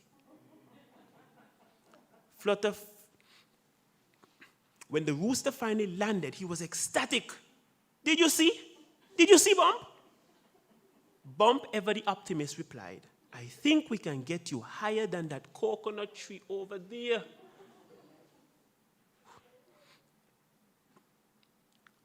Flutter's heart swole. You really think so? By now, the flight show had attracted a crowd of the other animals from around the farm. Some had come to steer. Some had come to... Excuse me. Yeah, it's long for me too. By now, the little flight show had attracted a crowd of other animals from around the farm. Some had come to steer, a few had come to cheer, and still others had come to jeer. The two aviators ignored them all. The second attempt Bump and Flutter made getting airborne, Flutter got about half the height of the tree, and the audience of beasts applauded loudly. Bump figured they would need more nylon string if Flutter was to get any higher. The two aviators were so busy trying to think of where they could get more string that they hadn't noticed a faint dot high in the afternoon sky. It was getting bigger and bigger as it got closer to the ground.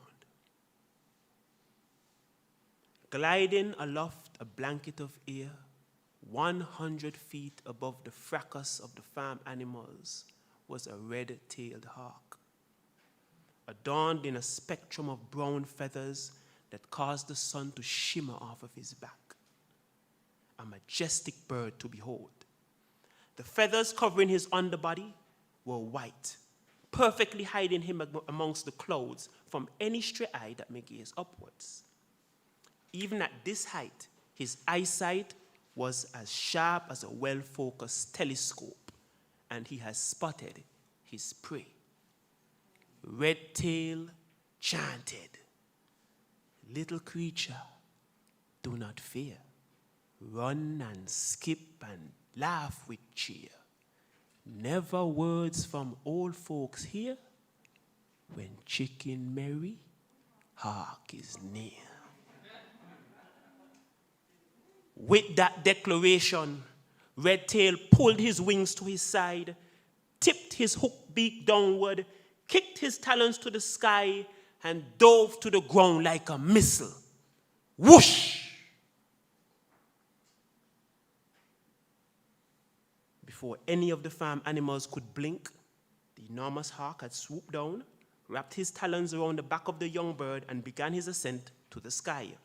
Flutter flapped, crowed in a mad panic. Aja, seeing what was happening, rushed to his aid, but he was not fast enough. In the blink of an eye, Flutter and the red-tailed hawk were well over 15 feet in the air and climbing. What a day, Flutter thought. The young rooster was frantically flapping, scratching, and pecking, but in vain. The hawk had gripped him tightly around his back and neck. Flutter gave up and looked down. The pathways below appeared like rivers of foot tracks cutting through the pasture's grass, orange-red dirt paths and concrete roads weaving through the village. Small herds of cattle and sheep roamed Pigeon Park's pasture, polka-dotting the greens with whites, browns, and reds. Flutter crowed as loudly as he could to the animals below, but he was too high. To his surprise, he heard a distant reply.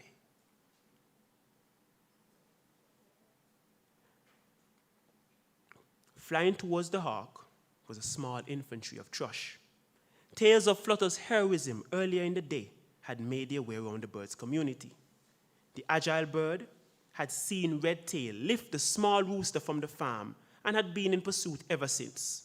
The first member of the 5-member squadron hit the hawk at the top of the head with its spear-like beak. The others pummeled the hawk seconds after, sending bits of feathers whizzing in the wind. The alarm hawk grasped more tightly to its prey while making a U-turn into the prevailing wings. He gave 4 strong flaps and launched away from the pestering birds. The thrush were relentless.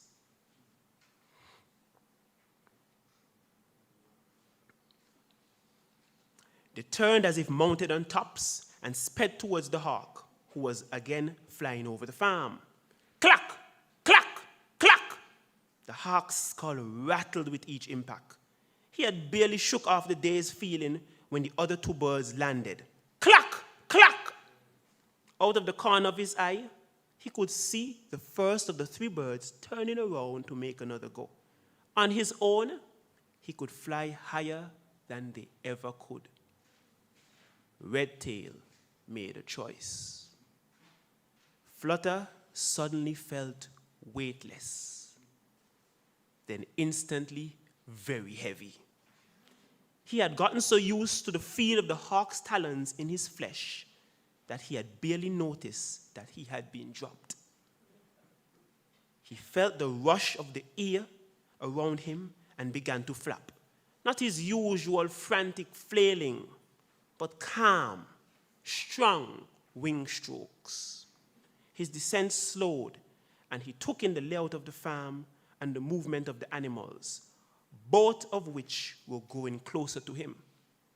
Flutter landed in the middle of the farm with a forward tumble and gracefully bounced to his feet. Now, all the animals in the farmyard were quite frightened.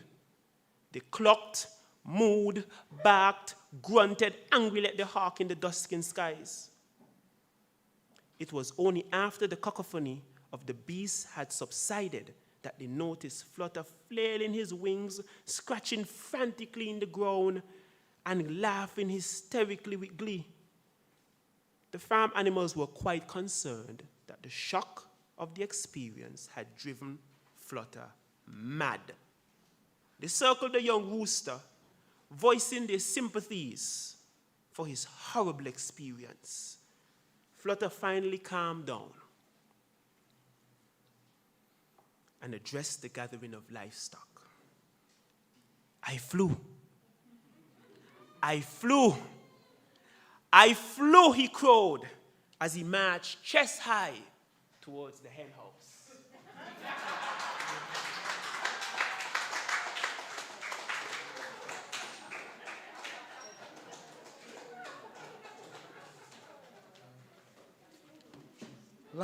Like Flutter, I want to bring down the curtains by having you leaving here feeling light. Have you ever considered how much overweight we carry around daily? Yes. And I'm not talking about pounds. Okay. This piece that I wrote, I think it wrote itself because I didn't want to burden myself with all the baggage of literary devices and that. So this piece wrote itself. It's entitled Baggage. Baggage, packaged, cartage of luggage, trunks of junk and more junk. Baggage of things, trappings, trapping you in the clutter and more clutter. In every corner of your closed closet mindset that you won't let go. Parcels, bundles of baggage overloading, spills into landfills and junkyards of your mind. Unclean, obscene, unwholesome, burdensome bags of baggage carriage, baggage of belongings you're holding on to like a homeless hoarder. And you just cannot go a next step further on this uphill journey with this unwanted stuff you have been carrying for far too long. And it's weighing you down, slowing you down, pulling you down, breaking you down, and preventing you from going the distance toward your destiny, stifling and stopping you from growing and blossoming and blooming. and it's taking you down the road to a dark place where dreams expire for want of wings to soar higher. Yet you continue to cart it around in your overweight carry-on luggage, paying for excess baggage at the expense of your happiness, health, and well-being. And there comes a point on your journey when your baggage becomes much too heavy to carry. And so you need a helping hand to unload, unpack, to unburden this beast of burden on your back. So seize this moment to unpack all the hangovers of abused relationship that keep you in bed with that evilsome threesome of self-doubt, self-hate, and self-destruction. And take them, all your anxiety and fears, and leave them in some God-forbidden, forgotten place. All the negative additives like syringes unloading their toxic poison into you. Unpack all the baggage of junk you consume from social media feeds so that you may begin to feast on a wholesome diet of food for thought. Nourishment for your upliftment, enlightenment, enhancement, and empowerment. Unpack all those tears of battered years and let it flow like a mighty stream and cleanse your soul. And take you to dreams that explode into sunbeams of seeds that would grow into possibilities and boundless and bountiful opportunities.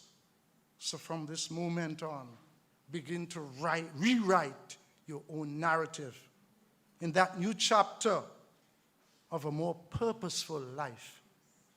And when you do, you will be able to reaffirm and renew a brand new you.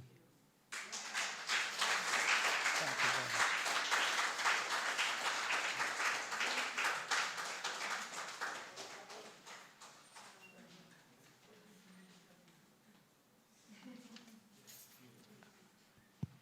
Our final group, poetry so personal and real that it commands our attention. Storytelling so riveting we become lost in a plot encased in poetic elements.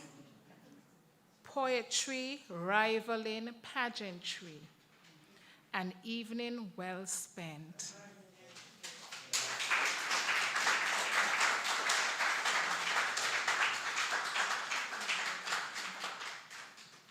Before I welcome Mrs. Sonita Daniel, who will officially bring the evening to a close, I would like to admit that I would not have missed this for the world. I have learned so much from the various presenters, and if it were possible for one to forget about how poetry stirs the soul, I was reminded this evening. My only wish is that students in all schools would have this same experience, because sometimes, so often, poetry is presented in such a way where it's thought of as boring. We have managed to bring poetry to life. I must commend the participants for your presentations. They were interesting. I didn't even realize that we have had 20 presentations for the evening. And each one is unique in its own way. Again, presenters, job well done.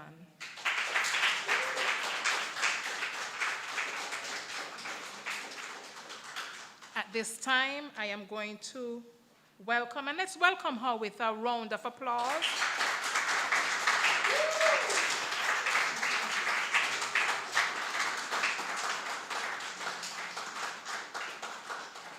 Because I am certain that some of you would have had the experience that I had. You know, Mrs. Daniel will call you on the phone, and she would speak to you in such a voice, how dare you say no? Nonetheless, Mrs. Daniel, this is my This is the 4th anniversary. I think this is my 3rd time here, and every time is better than the time before.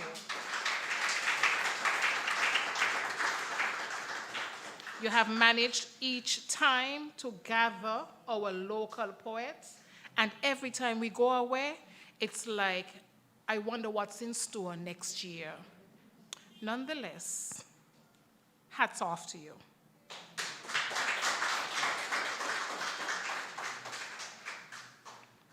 CFBC,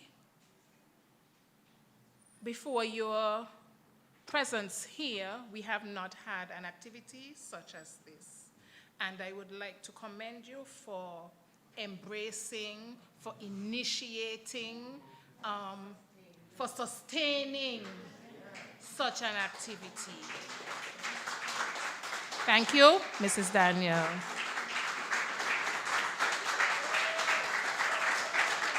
And one more thing I must add, that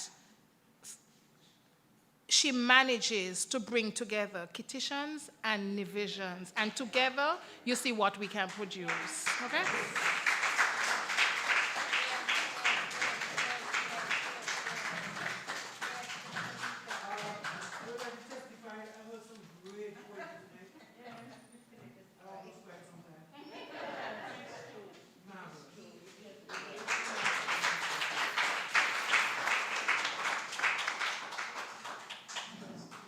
Thank you. To God be the glory.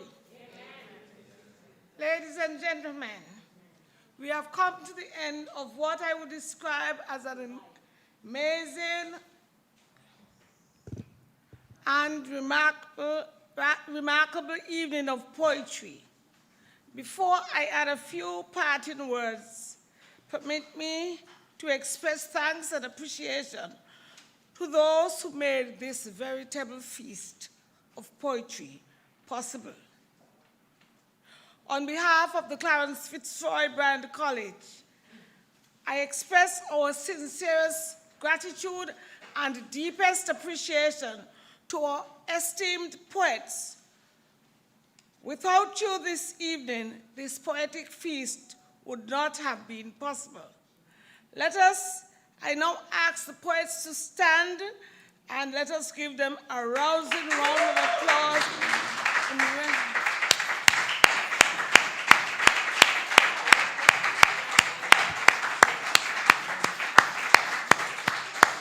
The cameras, you're coming this side to make sure you capture their faces. The cameras come up this. And the drummers and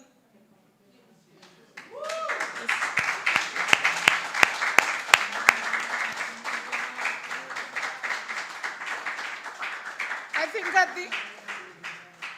at the end we should have a group photo. Yes.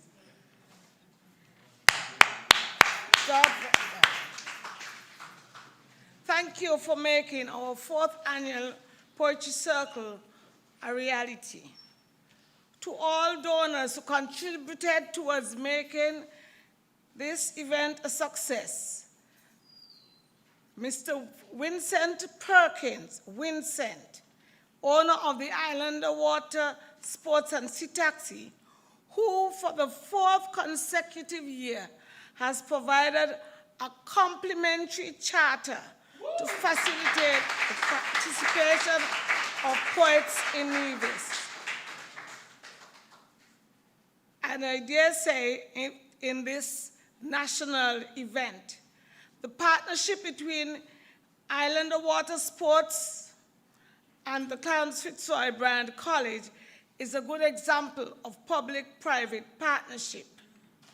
And may this partnership continue to grow from strength to strength. I would like to use this platform to encourage other private sector entities to partner with the Clarence Fitzroy Brand College and the CFBC Library, which forms part of the college, in helping to promote and advance the only indigenous tertiary level institution in this Federation to partner with us in other areas. The CFBC's success is everybody's success. I know Dr. Rotham, who now has oversight for the college, I'm sure she'll be willing to tell you in which areas, we'll be willing to welcome partnerships.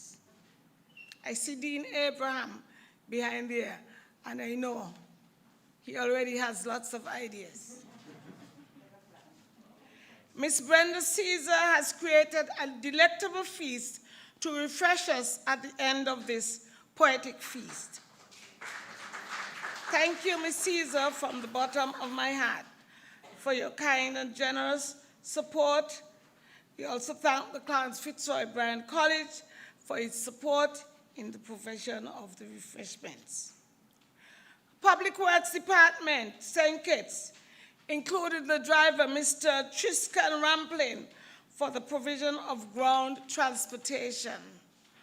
Our musicians, Edwane Woodley Gift, a second-year student in the Arts, Science, and General Studies Division, for rendering the national anthem, and Freddie Paris, drummer from Nevis.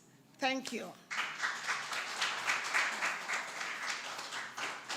Ms. Delise Williams, chair of this evening's proceedings, thank you very much for a job well done, as usual. She has done it a third time. The Charles A. Halbert Library for the loan of some titles for our display, which is at the back of the room. Please take a look at the books published by our local authors, our local poets. The CFBC IT department for webcasting this event to the many who could not be with us in this Poinciana conference room. The maintenance department for their logistical arrangements for this event. Many thanks for the creative novelette Benjamin, who designed the program and other events and decorated the backdrop with the assistance of Ms. Kemi Francois. Please know that we appreciate all that you do to support the Library Services Department. Mrs. Dorothy Warner, thank you for representing the UNESCO Commission. And always thank you for your support. Dr. Moya Rotham, Vice President of Academic and Student Affairs. Thank you, Dr. Rotham, for your eloquent and stimulating opening address and the poetry which you rendered. Thank you very much. Thanks also for your very supportive role in all that we do at the Library Service Department. Could you stand and take a bow? I am always encouraged by your support.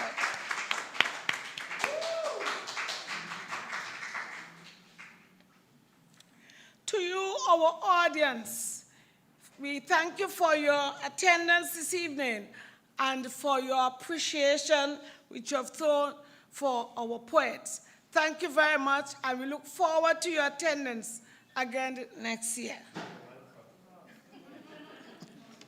To the Library Services team for their assistance with logistical arrangements for this event.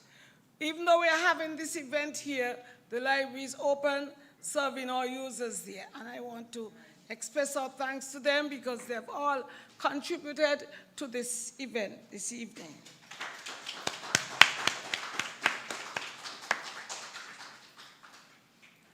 I hope I have not forgotten anyone.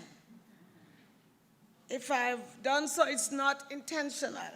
So I give you a double portion of thanks. I hope that we are all pleased with the outcome of this event. Thanks to everyone for all your input. I am sure that you would agree with me that we have witnessed master craftsmen in the design of poetry this evening. The poets have engaged us both intellectually and emotionally. We have listened to the poems on a variety of themes and with a variety of images. Poetry is an art form that can be written, spoken, performed, and published with passion, purpose, and pleasure. We have witnessed all of this evening.